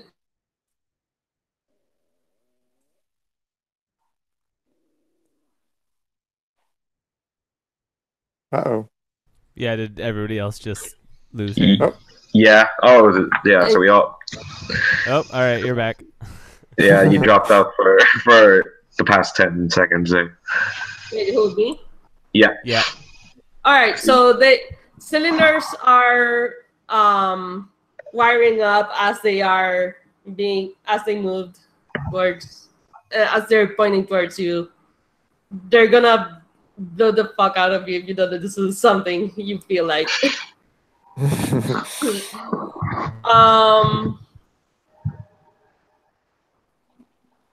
Theradusk, show us how you manipulate the shadows of the projectiles coming towards you. Okay. Oh, good. It's not stymie. It's just jovial. Okay. So, actually, can you tell me what a stymie is? Because I don't. We're not. Okay, so stymie means that something about the demand or whatever you are gonna do doesn't happen as planned. Okay. So That would have been such a good stymie, though. that would have been such a good stymie. Yes. All right. So yeah, you narrate as normal. Show us how you uh, control the shadows of the projectiles to save yourselves. Okay. All right. So I think when Arno zoomed off, I'm rolling my eyes. I just want to make that on the record. To like, here we go again. And the projectiles have been shot at all of us. Yeah. Okay. I think so. What's gonna happen is, I think I'm gonna run forward, run as fast as I can. Either that, or I get Teo to throw me. But I don't know if he can do that. Probably not. But now I'm gonna run forward. Try and get underneath the projectiles. And when this is gonna be really bullshit seeming, but when I get underneath the projectile, once the shadow of that projectile passes over mine, that's when that's when I get to twist it and just shift it so that it hits another projectile, and that it's gonna cause a chain reaction of projectiles slamming to the side. I was gonna say to the ship, but that's too much. That might be a bit much. Just to the side, clearing the air, so that yeah, the projectiles have been neutralized. I think there's a lot of effort, and I'm used to controlling people, not things. So it's a bit tiring. But yes, those projectiles have been, I guess they've been moved, and the people are still, and the forces are reloading their cylinders. So there's a brief moment where Arnell's in the sky, and I'm kind of really tired because I really ran forward. So I think that there's a moment there, and I'm going to demand, Teo, show us how you would exploit that moment. And yeah.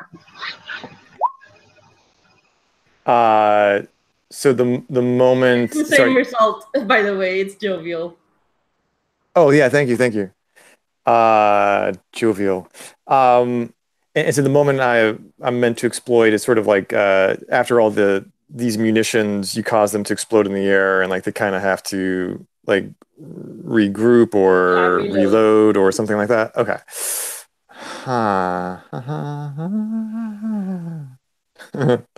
um.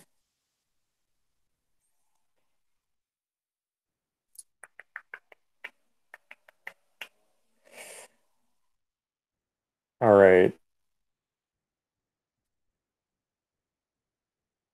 I think I definitely going to start I'm going to use my ice gemmer to create one of my trademark ice bridges, and so so I'm sort of like shooting in front of me, and it's creating the bridge as I go, and I'm sort of like skating along it, and I can do this at quite a rapid pace. So sort of streaking. I think originally like along the ground, and what I'm going to do is I'm going to like zip past Duradusk and basically just kind of like snatch them up by their arm and pull them onto the ice bridge along with me. So now you're just you're whether you want to or not, you're skidding along next to me, and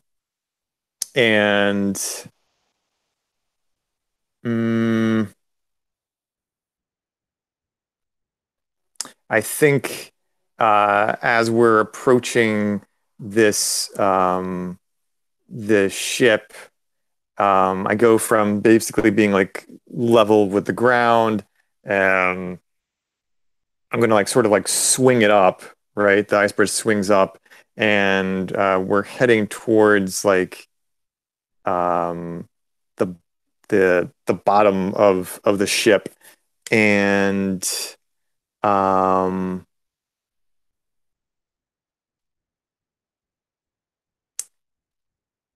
I think so. I'm exploiting. So I exploited this moment of opportunity by getting through, getting close to the ship, and then I'm going to like fire at the some kind of like some sort of hatch, not even like a main entrance or anything like that, but some sort of like hatch on the underside of the ship, causing it to turn into like brittle ice, and then we basically like slammed through it, and I think we're basically inside of the vessel. I have no idea where we are. Like this could be like a docking bay or a trash receptacle for all I know, but we're in. Right. Who do you pass the dice to? Remember that this is the game, so you should probably not battle with reincorporating things. Not bother with. I did just realize that I accidentally reincorporated, even though I didn't mean to. So I think I'm probably done. I don't think I should take the dice anymore. I mean, you can say. I mean, you can accidentally reincorporate. Like you should probably. Like if you reincorporate, I think you should mean it. Yeah, that's fair. I just realized that I definitely rushed in without knowing what my enemies had. So. Yeah, I was gonna point that out. I was like, is he doing something? Okay, he's never gonna learn that lesson. Okay, cool. All right, cool. If you wanna count that as a reincorporation, that's fine. All right, cool. That means no one else can use that to reincorporate. Okay. All right, cool. Reincorporated. So you reincorporated the moral. Yeah, I Not did a the moral. One of the motif. morals. Basically, yeah, I did the moral by rejecting it, essentially. Got it. Okay.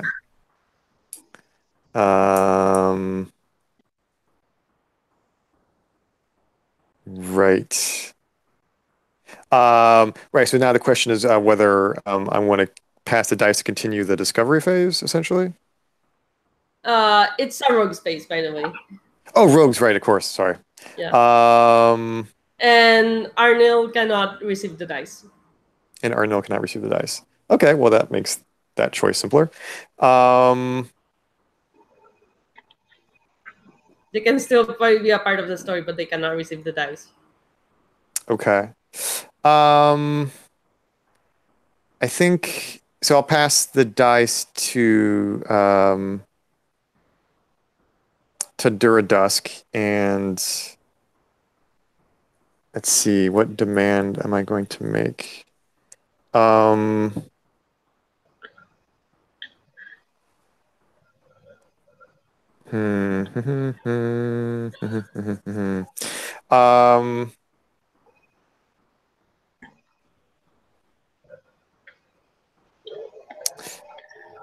Like show us how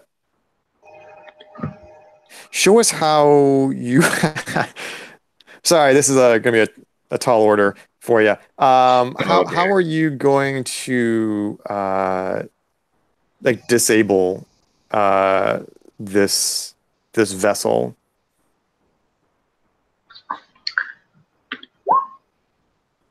Glum. Oh, yay. Remind me how to reincorporate stuff. Either you have two options now. You can mix two threads from one motif, or you can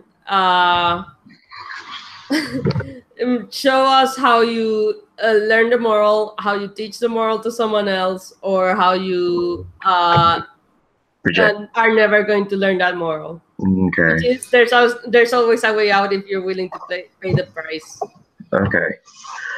And I think so. The demand is how I would disable the ship. Mm-hmm. Ooh, that is tall. I think it's gonna be a series of montages. Like it's not.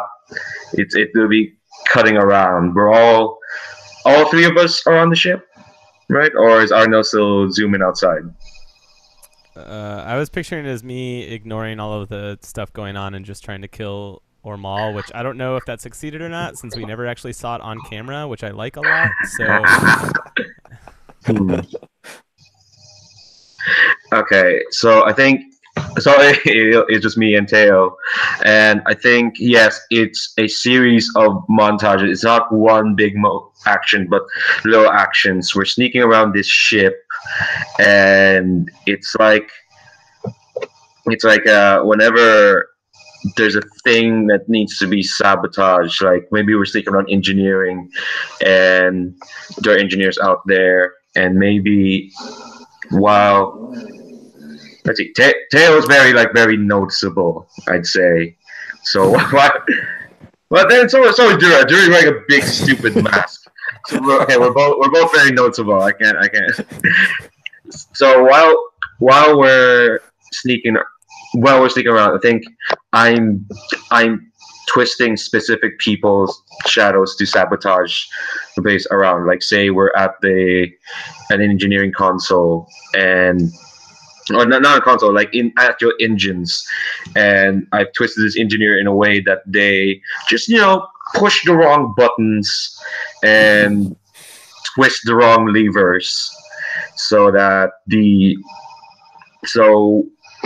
once we cut through this montage with I don't know, the A-Team theme, no, not the A-Team theme behind it, but that's happening. I think it is myself doing the twisting while Teo is kind of being just watching over, making sure like they're the one who's delivering the deadly force if they get caught. And yeah, I think it's a cascade of things that are happening. Like, yeah, a bunch of sabotages here and there until the engines of the ship are failing, and it's kind of slowly gonna. I mean, I say slowly, but it's a big ship. It is gonna crash. And I think I'll kind of let that happen because I have an idea I want to pull, and I'm gonna float out here because I kind of want this phase to end and move on to another phase. All right, that's fair. Yeah, because I wanna use my trick, but I think so that's my narration, and I think it says here I can request the phase to end, right? Yeah, you can. Yeah, I think I'm gonna do that, and I'm gonna trigger Inevitable Foe, and the way that works. And yeah, it's going to be a perilous phase. And the way it works is that my inevitable foe is the person who taught me and forced me into this trade. This trade involves controlling people. So I'm sorry if I'm just suddenly springing this because okay. And so my inevitable foe is my sister who taught me how to control people. But the thing is, they taught me, so they probably are much better at controlling people. And so I'm gonna pass the dice back to Duradas for this. So you managed to sabotage the ship. That's no problem. Then it goes all black, and you hear Verona's voice calling you, and she says, "You should come back." And you feel this. You see something moving up from the corner of your eyes. Theo, you don't see quite what it is, but you start moving. Except you don't. You want to start moving, but you're forced into position by your shadow. And Duradas, same with you. You can't really move because your shadow is being forcing you into place. All right, and you see Verona show up, and she has a hold of a small, sickly star piece, and she pockets it, and she says, "Thank you. Now, I will destroy you. You are no longer of use to me." Oh, she says to Theo. She says to Theo. Okay, you're rolling? Yeah. All right. Cool. It's Jovial. Jovial. I think Dura. I kind of laugh, and hold on, let me look up the perilous face. And I think I kind of laugh, and I say, all I've ever wanted is for you to be in the same room with me again, dear sister. And I think she's twisting my shadow, but it's my shadow. And I kind of twist it back so that I'm free. And I'm gonna rush forward. And while that's happening, I think my shadow passes through Teo, and that kind of, for that brief moment, he'll be free. But I kind of rush forward and grab Volana and the star, and I think this is me cashing in the motif, there's always a way out if we're willing to pay the price. And I'm going to crush the star. Wait. I'm going to grab the star and kind of crush it with my hands. Probably with my fist, anyway. And I think. And how are you gonna learn the lesson then? Oh, I'm paying the price. When I say the way out, I also mean like the way out is out of this existence, and I'm paying the price by. Well, it's the end game. I'm not gonna with this. I'm gonna close this up here, and let's see. Yeah, and that's two motifs done. So that is the end. We need an epilogue, or we might need an epilogue. I don't know if you guys want an epilogue. I think I definitely want an epilogue because it sounds like we don't know necessarily about the fates of our two other characters, so I at least want to know the fate of Teo. Yeah, poor Teo. What happens to Teo? Like everyone else is like, what the hell? Yeah, I'm sorry about that. No, it was was ruled. Just throwing that out there. Oh, yeah, very, very cool. I'm just trying to imagine. I mean, did you want to say anything more about like you crushing the star? Like, does that cause like an explosion, or like, what does that look like? I think it's gonna be a very anime moment when as the star's being crushed, Dura kind of turns to look at Teo, and she doesn't say anything, but just kind of like just nods because you will momentarily be freed by this. And I think just that, Yeah, can I suggest like maybe it produces a lot of light, which like maybe like so much light that I don't have a shadow anymore or something like that, so that like frees me from her powers. Yeah. Okay. And then you explode. yeah. Well, all right. What happens to Teo?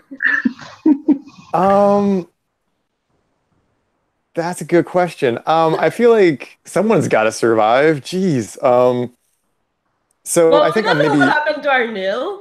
That's true. Arnil may have made it. We'll find out about Arnil in a second. I feel like Teo was like blown clear. Like maybe I end up getting shot out of the hatch that we originally shattered in order to enter the ship. So like I awake, like I'm knocked unconscious. Everything's just black, and then when I get up and I see that like that giant merchant ship has like listed so that it actually like has fallen into the fortress of the Order of the Eclipse. So it's like, you've got the wreckage of the ship and the fortress just sort of smoldering there, and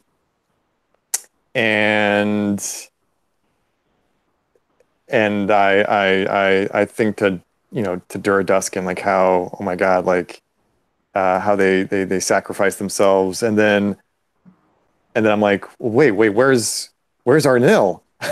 What happened to Arnil? And I think they're there. Right. Cool beans. Sorry, I missed that last part. So. Oh, I mean, so I was just saying, like, I was curious to know, like, what happened to Arnil. Does Arnil need to do an epilogue, perhaps, like, of what? It's just the last player who gets an epilogue. Oh, really? Okay, sorry. Then it's just me, like. So what happened to Arnil? Cut there, and that's end credits. Okay, yeah, nice cliffhanger. I dig it. Oh. All right, cool. Thanks for playing and thanks for participating. I'm gonna stop the podcast now.